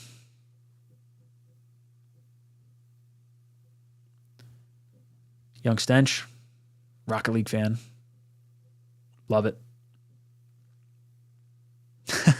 No Madden. I used to play Madden a lot. I'm not good at it anymore. The engine they used to use for it, like back in 2012, was like the last time I like really played it, and then I tried to play it again, I think in 2017 or 18, and I was so clunky. Like I know all the controls, but it's just very it feels slow, like very cumbersome of a emotion now, and it throws me off a little bit. I like when games are games. Like, that's why Rocket League is fun for me, because it's like I'm kicking a soccer ball with a car. It's the coolest thing ever. Cool, hell yeah. I don't want to like simulate real life. I can live in real life. I don't know. I understand why people like Madden, but I'm not good at it. That's probably why I don't play. Matt says, may have already discussed, just joined, but trade a mid to late round pick for Mr. DeAndre Hopkins and cut Corey Davis. Yeah, if you get Hopkins for like a third or fourth round pick, depending on what they're looking to get for him, I'm good with it. I heard rumors he could go to Dallas or the Patriots because of the Bill O'Brien connection, or I guess just a Texas connection. I don't know why Dallas would be a spot to land, but that was one that they mentioned. Mufal says, I'm a Clemson fan. Don't remind me of that game. Trevor would have had 2 championships. No, well then he won that one game against Ohio State. Didn't they beat Ohio State? And then they lost the following week, I think. I'm pretty sure that's what it was. Explosive says, the golden age of online gaming was Xbox Live on Xbox 360. Today's kids wouldn't survive. So I really used to like Xbox before they really pushed the party chat. Once they started like having the party chat and you didn't get to hear the lobby, like I love talking shit. I could talk shit with the best of them with like playing COD. I'll just get people fired up. And now that everyone's in a party, you don't really get to talk about it. But I guess you eliminate like those 6-year-old kids that are like screaming into the microphone. So I guess that's good. Scott says, imagine in 2021 if we got number 1 and got Trevor Lawrence instead of Zach. Dude, I was so distraught when we beat the Rams that year. Like, I dropped to my knees. I'm watching the game, and I'm so excited because I'm like, oh my God, this punt returner is going to return the kick, and we're going to lose this game. Like, it's gonna happen. We already had the Raider miracle happen where we lost on the last play. I was like, this is incredible. And like to have it all come crashing down sucks, especially with Trevor Lawrence looking like he's going to hit just like everyone said he was going to hit. That shit sucks. If we had him, this team would be friggin' electric. Ryan, do you collect Pokemon? I did as a kid. What kills me is I don't know where my cards are. I moved a few times, and I don't know if they're with my parents down in Florida somewhere. I'm hoping that's where they are because I think I've looked everywhere else and I don't know where they are. I had a whole bunch of really good ones. I loved it. I had a Super Nintendo. Super Nintendo was my first console.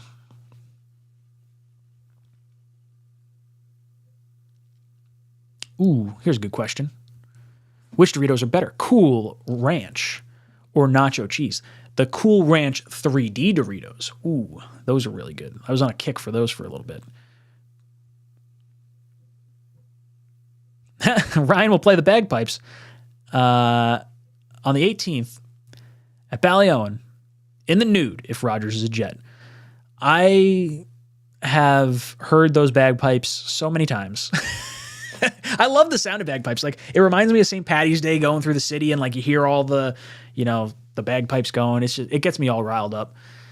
But yeah, the bagpiper at Ballyowen, nice guy, but he has the same joke every time you see him. Like, you might see him changing in the locker room downstairs and he's like, oh, hey, how you doing, Brian? And he's just like, oh, how are you doing?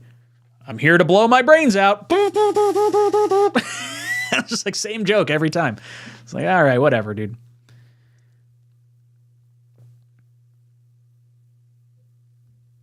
Muttvile says, the game you're talking about was when Ohio State moved on to the finals after Justin Field had his hip screwed up so he couldn't run it and was slinging it like a madman. Man, I don't remember that game at all, but I remember being impressed with Fields. I remember after that game, I was like, Fields is my guy. And then I got on board with the Zach bandwagon.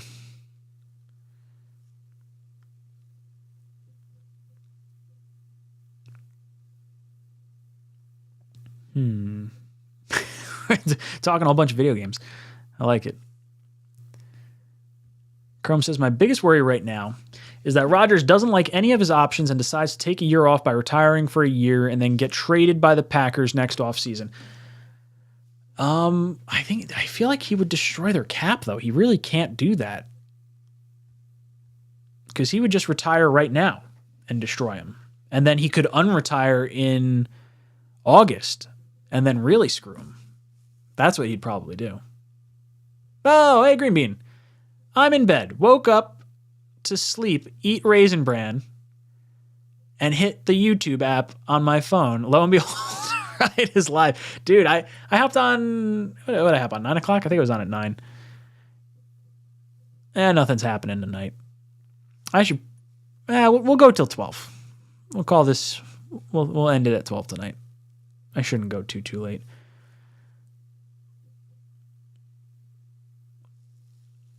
Muttvile's first game system was Sega Genesis. I never had a Sega Genesis.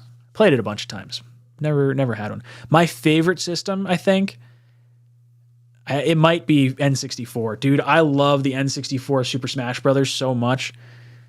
I am not good at any of the newer Super Smash Brothers. I haven't played them. I know like so many of the different, I shouldn't say I know so many of the different combinations, but I could play as almost any character in Super Smash. Patty Grimes! Are you related to Rick Grimes from Walking Dead? Maybe. I think you are. I'm going to pretend you are. Thank you for joining the channel. Ooh, Donkey Kong or Mario Kart? Mario Kart. Donkey Kong's fun, but Mario Kart's my jam. Green Bean was a Genesis guy. I like it. Duncan, throwback Atari. Never had that. A friend of mine had ColecoVision. That was kind of cool. Had that dolphin sonar game. And like the old school Mario with like the Donkey Kong throwing the barrel. That was fun. Ocarina of Time, great game.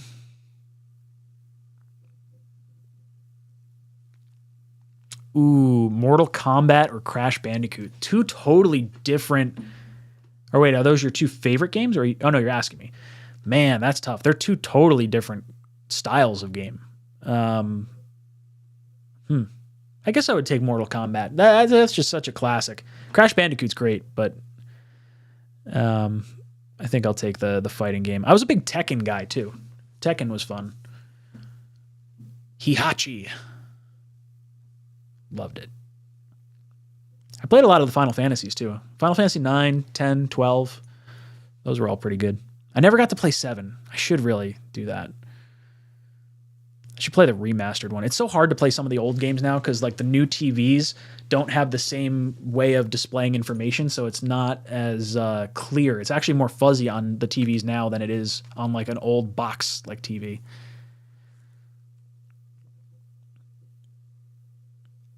NHL 94 on Genesis. The Jets used to have have the white tents before they knocked down the stadium. They may have had it at the beginning part of the new stadium too, but they had these like white tents, and it was near that bridge that goes over the highway, and they had a like an arcade system in there, and it was NFL Blitz. Ugh, undefeated in NFL Blitz. I freaking love that game. I would play NFL Blitz before I play Madden at this point. Like old school Blitz. It was just so fun. You just level everyone on the field. I feel like you could play almost anyone in Blitz. They could almost pick it up. With Madden, there's a lot more nuance. Like with Madden, I found myself playing the computer a lot because if I had a friend over, they didn't necessarily know how to play as well as I did when I was playing all the time. And then when I tried playing online, I'd get my ass handed to me. So I was like, I don't want to play online. This sucks. I'm going to go play the computer. I used to love the mini games and things like that. Those were always fun. Ryan's going to make breakfast. I don't eat breakfast a lot. I really should. I usually just have a coffee and just kind of like go about my day.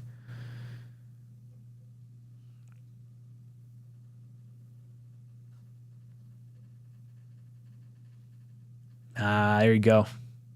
Spooner. NFL Blitz. Phil likes Tekken. Got some Tecmo Bowl in there.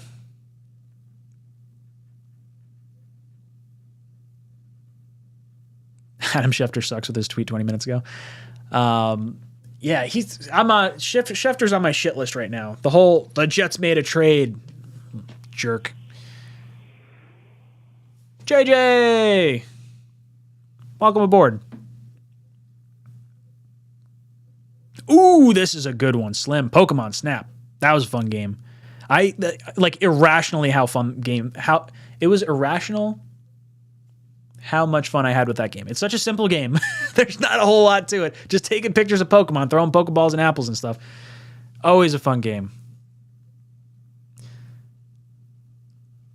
Pinball. Ugh. So I never played pinball game, but the pinball game that used to be on like the old Windows computers. Those were always great.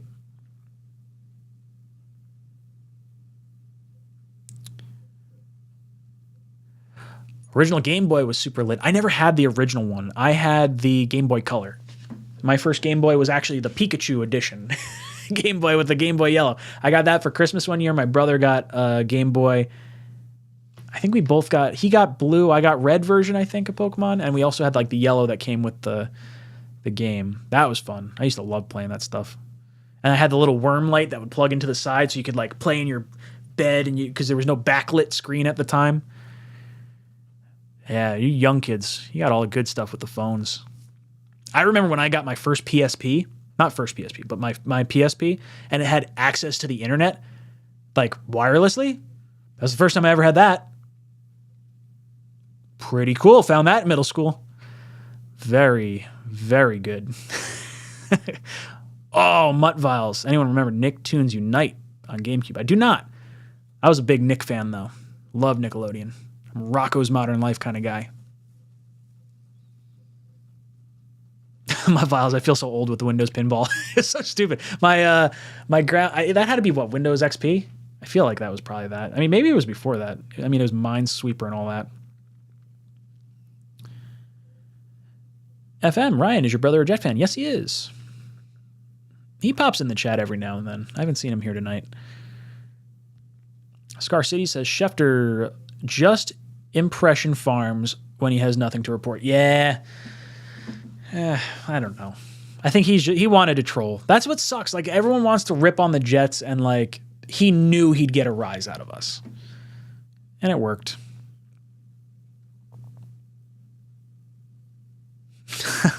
Snake on the Nokia phone.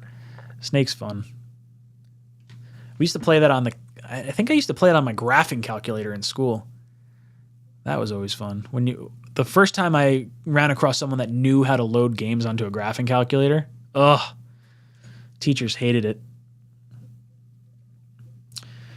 This stream kind of went off the rails. We're not really talking about football anymore. That's all right. Screw it. I don't think people sit back and watch 4-hour streams after they've aired. Ryan, quick question. Are you a fan of movie theater butter? I am. Movie theater popcorn. I was a film major, and I love going to the movies. I have Movie Pass right now, but I got to cancel it because I'm going back to work. I used to have Flavicol, and we'd mix that with a little bit of butter and throw that on popcorn, or sprinkle it on top. Super salty. But yeah, I like movie theater popcorn.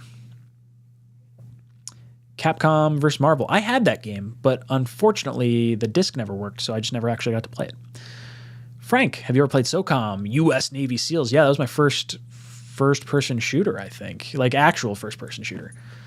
Anyone remember Cat, Dog, and Monsters? Yeah, they were good. It was Real Monsters, actually. A-A-H-H-H, I think, was how it was spelled. Loved it.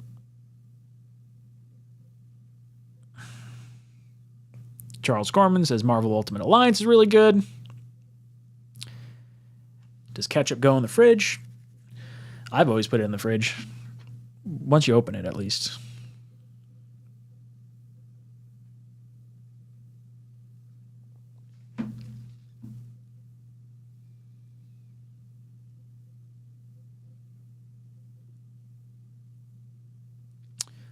Crumb says CBS dropped the ball on NFL broadcasting this season. Really hope there's no outages or Skycam incidents next year. Yeah, they had. What was the game that happened where we like missed almost the whole? Like, I feel like it was the whole fourth quarter almost. It was like maybe it was the third quarter and it came back for the fourth quarter. I was doing my every throw and I was like, I can't do this. I'm missing like a chunk of it. They're talking from like the booth or whatever. I think Fox does a really good job with the NFL games. Their graphics are really good. Their hosts are really good. CBS is fine, but I think Fox is the A team. Ooh, how many states have I been to? I don't know if I've been to half. Maybe. Never Imaged. Nice to have you in here. A little late night stream action. I'm only going to go for like 20 more minutes. It was just more so me trying to figure out what you guys want to talk about as far as Jet stuff. I said all my Jet stuff, and now we're just 600 people talking about stuff that comes up. It feels like day 3 of the draft stream. Whatever. It's all right. Ooh, man, Rob, you must have grown up the same time period as me. Doug, hey, dude, salute your shorts. Those are so great. Great. Ooh, Ryan, do you put water on your toothbrush first or toothpaste?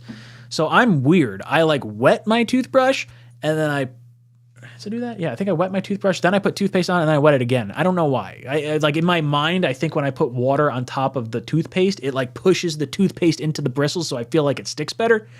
That might be a completely ass backwards way to think of that. But in my mind, it checks out. People do some weird stuff differently. It's interesting. I shouldn't say weird stuff. People do things differently that you don't realize is different because you do it a certain way the whole time. I remember I was in college and my one buddy says, "Oh, how do you wipe? Like when you go to the bathroom?" And I was like, "The same way everyone does." Then I learned there was 2 more ways to wipe. And I was like, holy smokes. Blew my mind.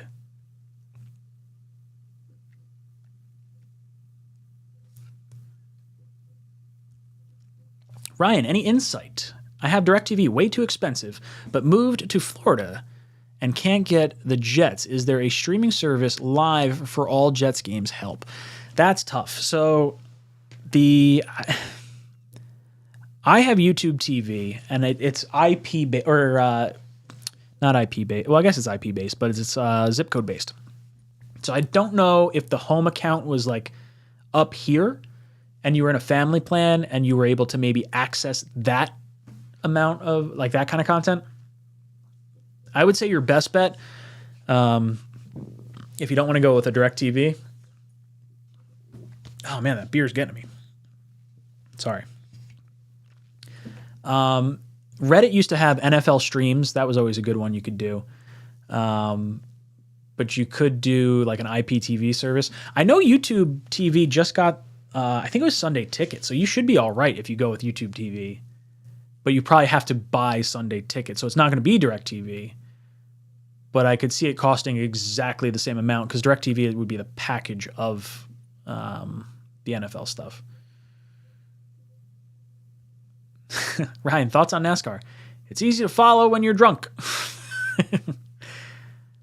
I can't appreciate the difficulty that there is actually in it. I don't watch a lot of racing. I like the IndyCar stuff though. I like seeing some turns. Run! Move it, football head! My daughter drove me nuts with that show. Hey, Arnold! Stoop kid doesn't leave his stoop. Oh, I love Hey Arnold. Mutt Viles. What is this conversation? LOL. From Jets talk to video games to how to wipe your rear end.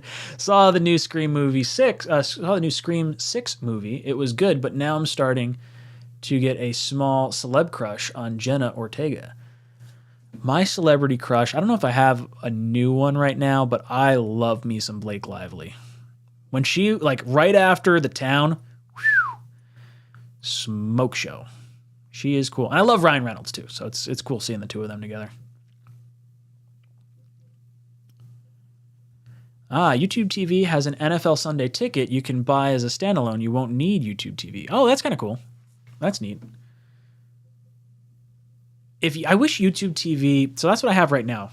I wish YouTube TV was as fast as coaxial, like regular cable internet, because that's my biggest issue with wanting to stream games is I use YouTube TV for a lot of my, like, I shouldn't say a lot of my edits, but I use it to like record a lot of different things.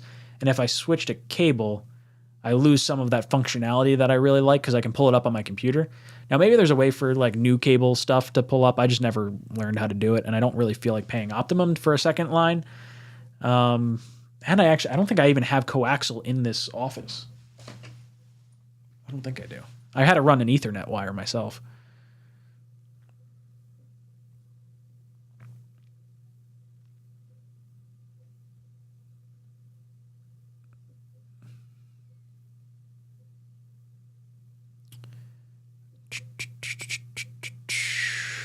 Gal Gadot. Yeah, Gal Gadot is really nice. She's good looking. Brainy was the best character on Harold. Was Brainy the one that like would breathe behind Helga? Is that guy? Gerald had the soup can hair. They said his hair was designed after an open soup can. I think it was Gerald. Ooh, orange juice or apple juice. It depends what's going in the screwdriver. Screwdriver would be orange juice, I guess. I like apple juice, though. Ooh, the next movie I want to see is Shazam, Fury of the Gods. Love Billy Batson, Captain Marvel. There you go. Jacob, how happy are you looking at the Dolphins' 21st pick being forfeited? I like it. I don't know how Brady doesn't get in like any trouble for that kind of stuff. It's like you try to cheat your way onto that team, and then there's no repercussions for him. It's like, I don't know. See, Mutval's looking out for me. He says, "Careful, Ryan. Who you call fine or hot? Your wife might be listening." No, my wife. We're both on the same page. Blake Lively is a babe, and Ryan Reynolds is hot. I love Ryan Reynolds. He's funny as shit. I would have no problem. She can call him hot all she wants. Becca's a babe. I'm lucky. What's your confidence level right now, Ryan? Well, it's a little cold out, so I'm not as confident as I normally am. Oh, God. Upstate Jet fan. Rocket power all day. God, I still got 14 minutes left of this stream. DeWedge says, one thing doesn't change. The Foxes. Oh, yeah.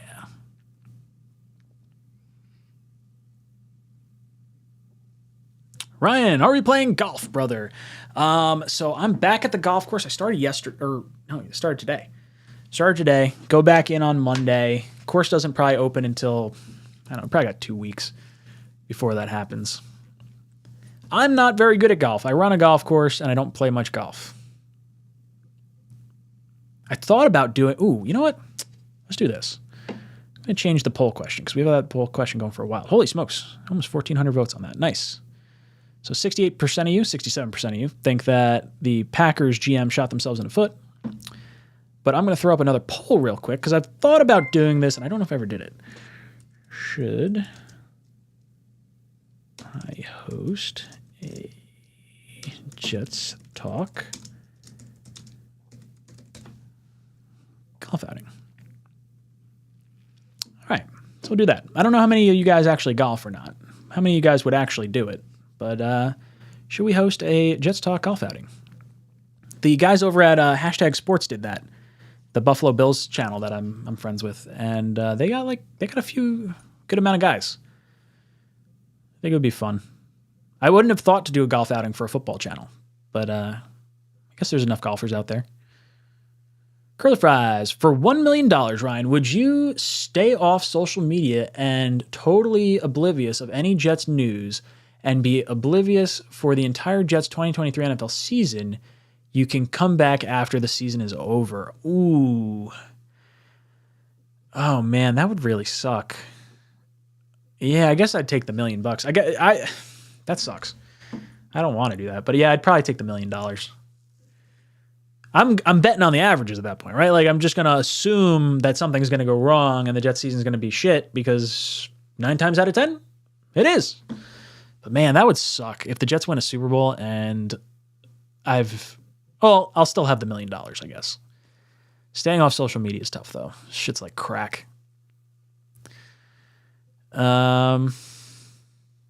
Michael Gonzalez says, Ryan, Jets fan since 1970s. Patience is a virtue. Yeah, I'm impatient, and I've lived through one of the better stretches of Jets history up until the last 10 years.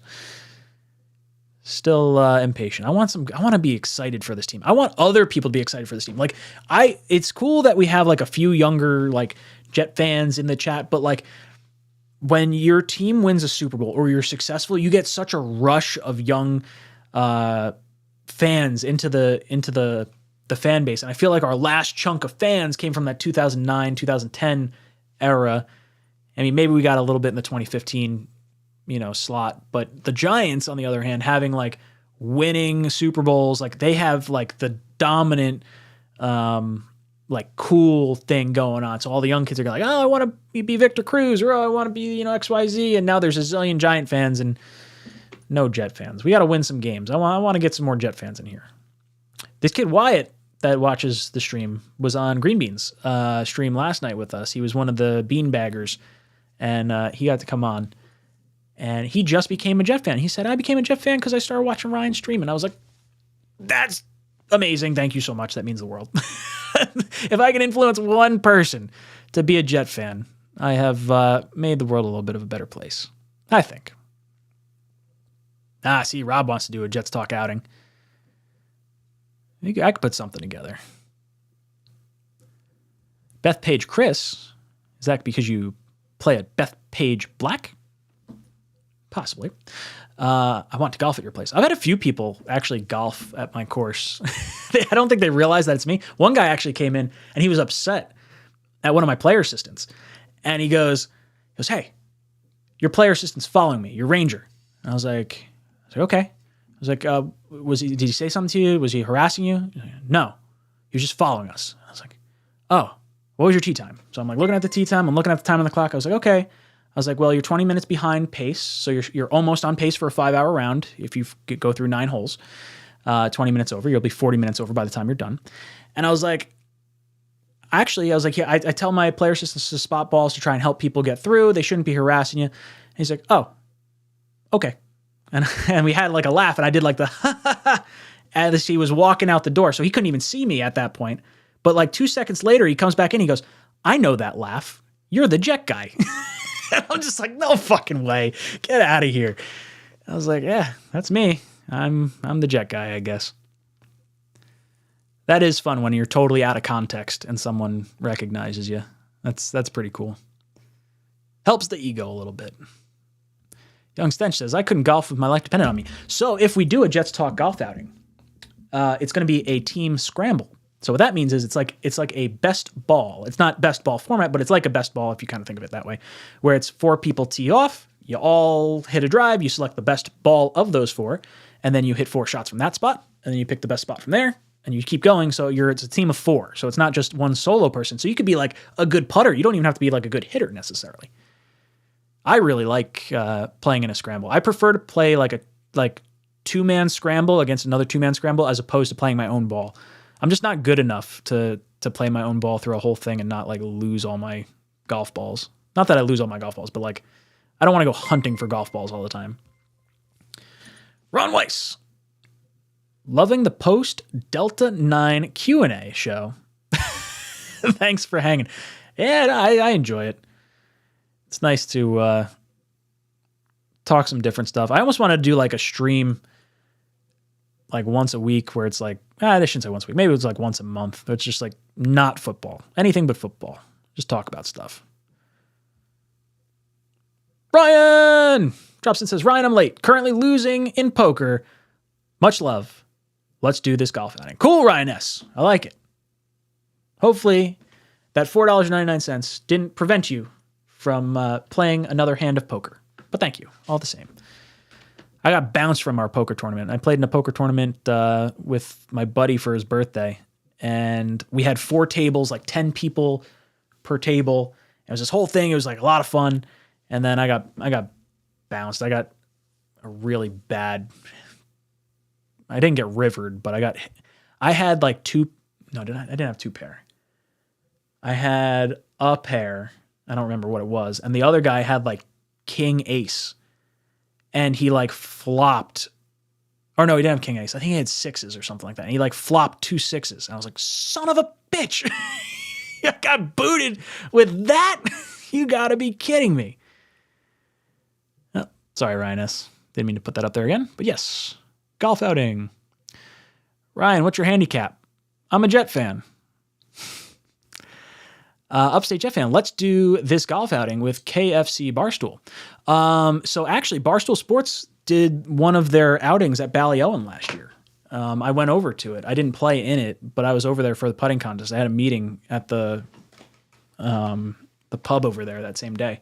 So I got to meet some of the Barstool guys. That was fun. It was a truly classic. So much booze. There was a lot of stuff there. Oreo. Anyone congratulate Ryan for hitting 25,000? At what point does he become famous? I'm famous in my own head. It's all right. John Daly's a Jet fan. I didn't know that. I got to meet John Daly.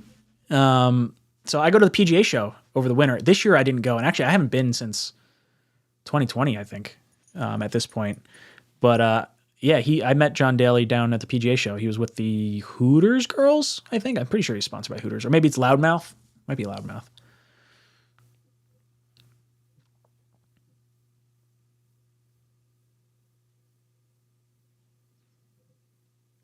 Ryan, any word yet? Nope.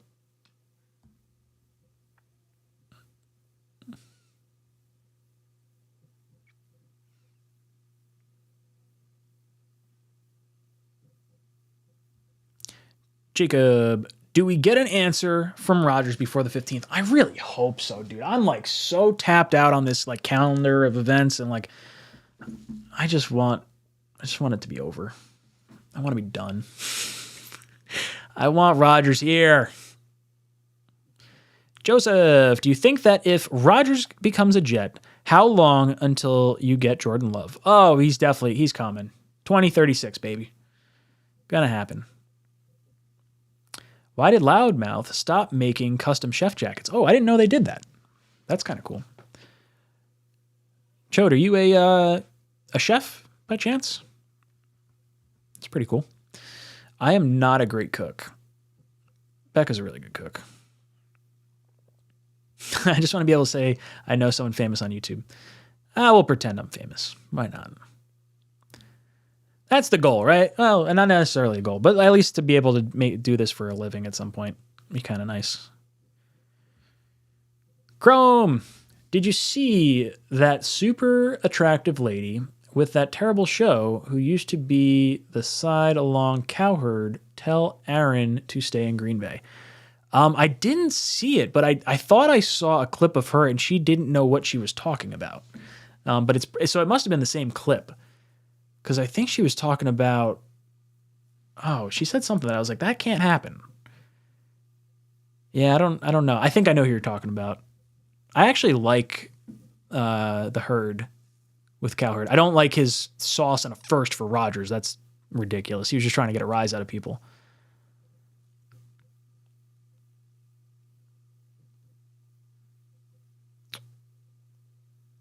Let's see. Joy Taylor. I guess that was her name. Let me look it up. Let me see if that's actually right. I think it is. I miss Kay Adams. Oh yeah, yep, that's Joy Taylor. What does she do now? She's not part of Cowherd anymore? She says at FS1.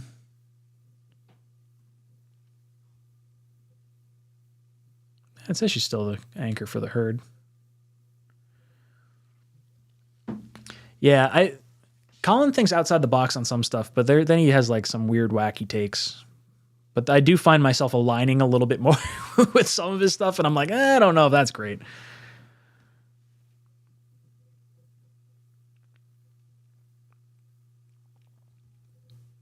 Silas agrees with me. James Diaz, Ryan's thoughts on the Panthers trade up. I think the Bears fleeced them. Yeah, the Bears got a good haul, but I don't think it's necessarily crazy from the Panthers side of things. I do think they're going to take Anthony Richardson. That's going to be my guess. I think you don't trade all that for someone who's 5'10" with Bryce Young. Like, for me, when I'm looking at Bryce Young, there's a difference in taking Bryce Young at 1 because you earned the 1 pick, and there's another in like trading the equivalent of like 3 first-round picks to move up to select a 5'10" guy. So I think he's the best quarterback, but I think the hope for a coach is like, get me the best player or get me the best athlete and I'll develop him. So I think the first pick is going to be Richardson. That would be where I'd throw $20 on it, probably. I'm not super confident, but that's where I think I would go.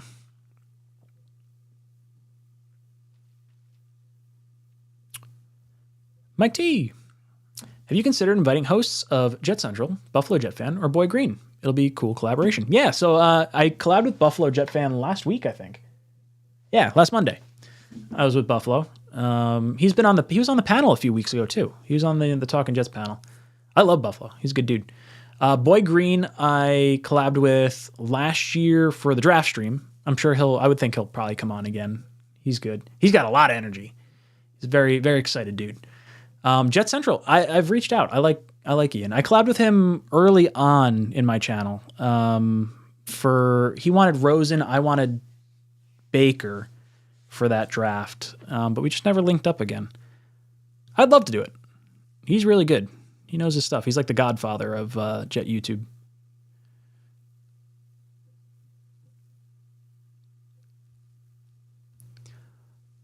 Lamont Jordan should have been so good. He was fun to watch.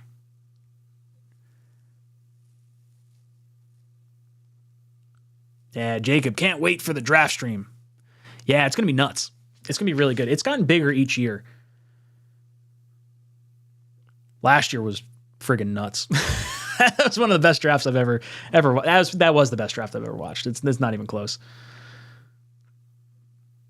Joseph says, what do you think about Pat McAfee's take on Aaron Rodgers coming to the Jets and then OBJ coming as well? I think it makes a lot of sense. OBJ was, linked up with Rodgers at some point. There was rumors of him going to Green Bay, I think 2 years ago. So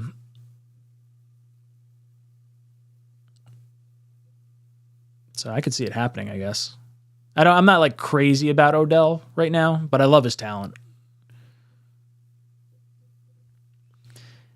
Aaron Jones was spotted, and MSG got asked if Rodgers will be a Jet, and he said probably so. Yeah, I think he mentioned it on Good Morning Football a few weeks ago. I think it was Aaron Jones.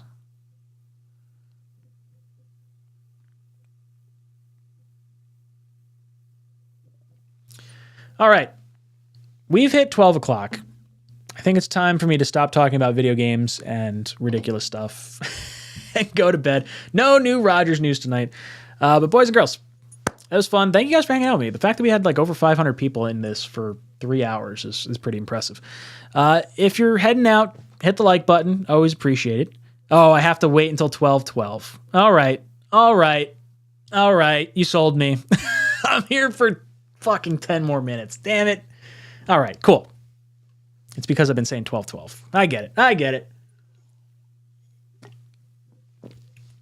See, military time, though, it's technically 0:12, right? Damn it. So ready to go. Oh, and I just smudged my glasses, too. Funny thing, I was supposed to wear glasses for, like, ever, and I've just been putting it off. I shouldn't say I've been putting it off. I had glasses as a kid. And then they're like, oh, yeah, you can wear contacts. And I was like, that hurts my eyes. So I didn't wear them. And then I got glasses like last week with the little blue tint in it. I think you can see it if it's at the right angle. My computer was killing my eyes. I was spending way too much time inside. Joseph! Ryan, love the streams. Glad I subscribed. Glad you did too. Means a lot. It's cool. It's fun when, I get a new subscriber in here and they let me know it. I always try to let them know if I can catch it. Scar City, 12:12 Pacific time, 3 hours to go. Ryan, tell Shay good night for us. Dude, she's asleep 4 hours ago, 5 hours ago, 7 o'clock. Tried to put her down at 6:30. She was having a little bit of a fussy night tonight. I think she's been out though. Ryan, are you joining Greeny on the darkness retreat when Rodgers comes? Well, I don't. Maybe. Sure. Why not? I know Greeny was trying to get on board with the. Isn't Rodgers talking at some like psychedelic conference with doctors and psychedelic people? Oh, hey. That's Richie. What's up, dude? Thought I'd tune into the stream and say what's up. Richie, so I guess preemptively, I was going to wait till Monday, but draft stream, get ready. I want to get you on for day 2 or 3 at some point. But yeah, I've been meaning to reach out to you. I was going to ask you on Monday. Chance Little. Ryan, do you suggest go to the draft? I live in Kansas City. It'd be like 20-minute drive. Yeah, I would go to it. Absolutely. If you can go to it, I would definitely go to it. I really enjoy watching the draft from here. I've never actually been to the draft. I wish I had gone when it was in New York City still. The next time it is in New York City, I will try to go. But I'm not flying out to KC. I like doing the draft stream here. If you don't go to Kansas City, what you could do is you could go for like the first round and then watch the draft streams for like the other 2 rounds if you want. That's kind of cool. I bet it's pretty fun.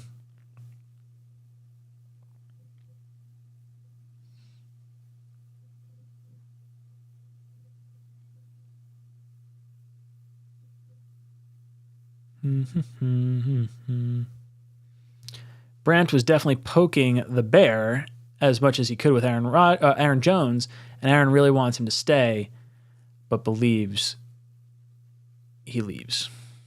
Yeah, I think that's the vibe from a lot of people. It feels like this is like as close to a done deal as possible, but until the ink is dried and he's actually here, I want to see it from multiple sources. Aaron Rodgers traded to the New York Jets. Until then, I'm not going to believe it.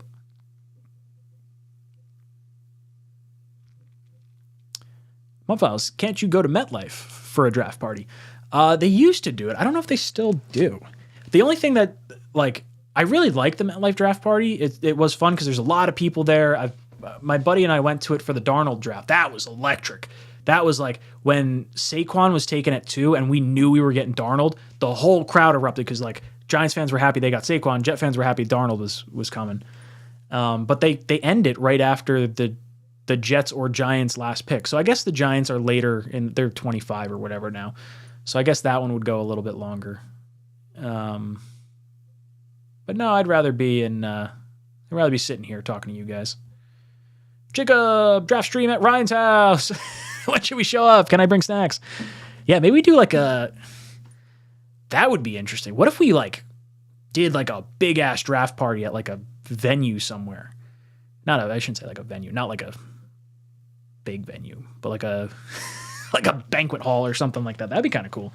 Throw the draft on like a projector and then everyone talk. That'd be kind of neat.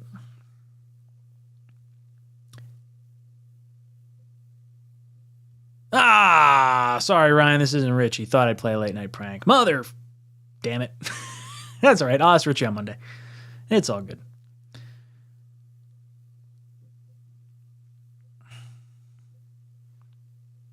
Four minutes. You know what? I'm going to give myself the timer when I get to 3 minutes. I'm gonna watch. I'm not even looking at the at the stream. I'm gonna sync it up perfectly.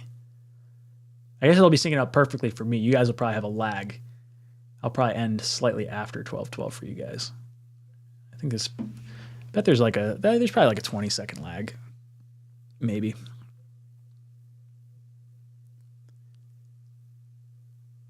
Come on. Come on. Boom. 3 minutes from then. I'm going to eject my own ass out. It's going to be great. I love that chicken so much.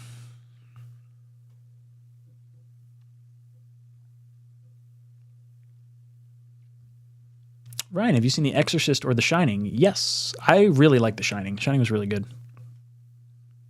So many key lines. I also like work for a resort, and one of the hotels we used to have in the resort, it wasn't really used the right way. It was the old Playboy Club.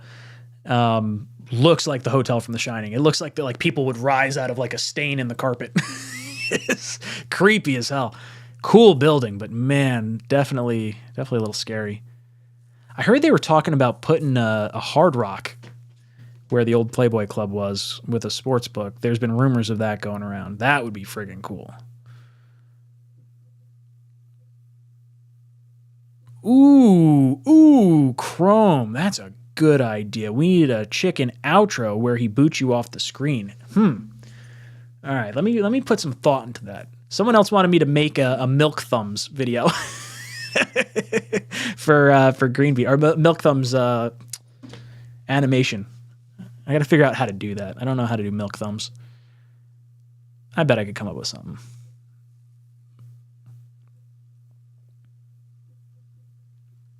Never Image Entertainment. We can host a draft party at our studios, Ryan. Ocean County, New Jersey. Easily fits 70 people, and even have a separate podcast studio for all the Jets YouTubers can stream live as we party. Oh, that's cool.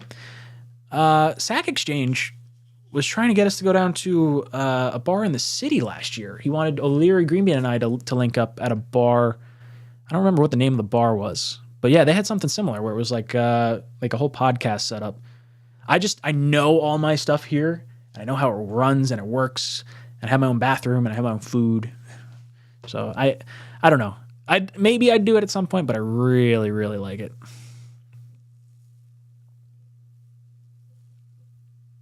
Honestly, we got a plan for all Ryan subs to come, so 25.2. Yeah, it was funny. One of my buddies, I had mentioned I had crossed like 22,000 or 23,000 subscribers, whatever it was. And he's like, oh, you could fill Madison Square Garden. I was like, what? That's a weird way to think of that, but that's cool. Let's fluff my ego a little bit. Why not? Green bean milk thumbs. Oh, 17 seconds. Uh-oh. Here we go. What's going to happen? Oh, no. Oh, no. 3, 2, 1. I'm out of here. I think every single person in this locker room is a competitor at the highest level. So, yeah, when you feel as if your backs are against the wall, you never have to feel like you got to do it by yourself. Unbelievable throw.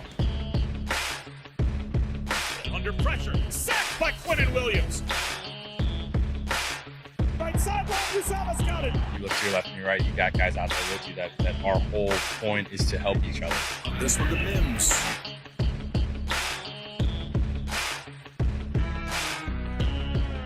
That's Corey Davis climbing the ladder. To be able to go out and lead these guys, just to know how hard these guys work and how important it is to them, and then you get that chance to lead them. Everything that happened that needed to happen for us, it almost felt like kind of like a sign, like give like a second chance almost. Gets extra pushes, running left. Maybe a little extra life to breathe into the locker room. Touchdown, Jets.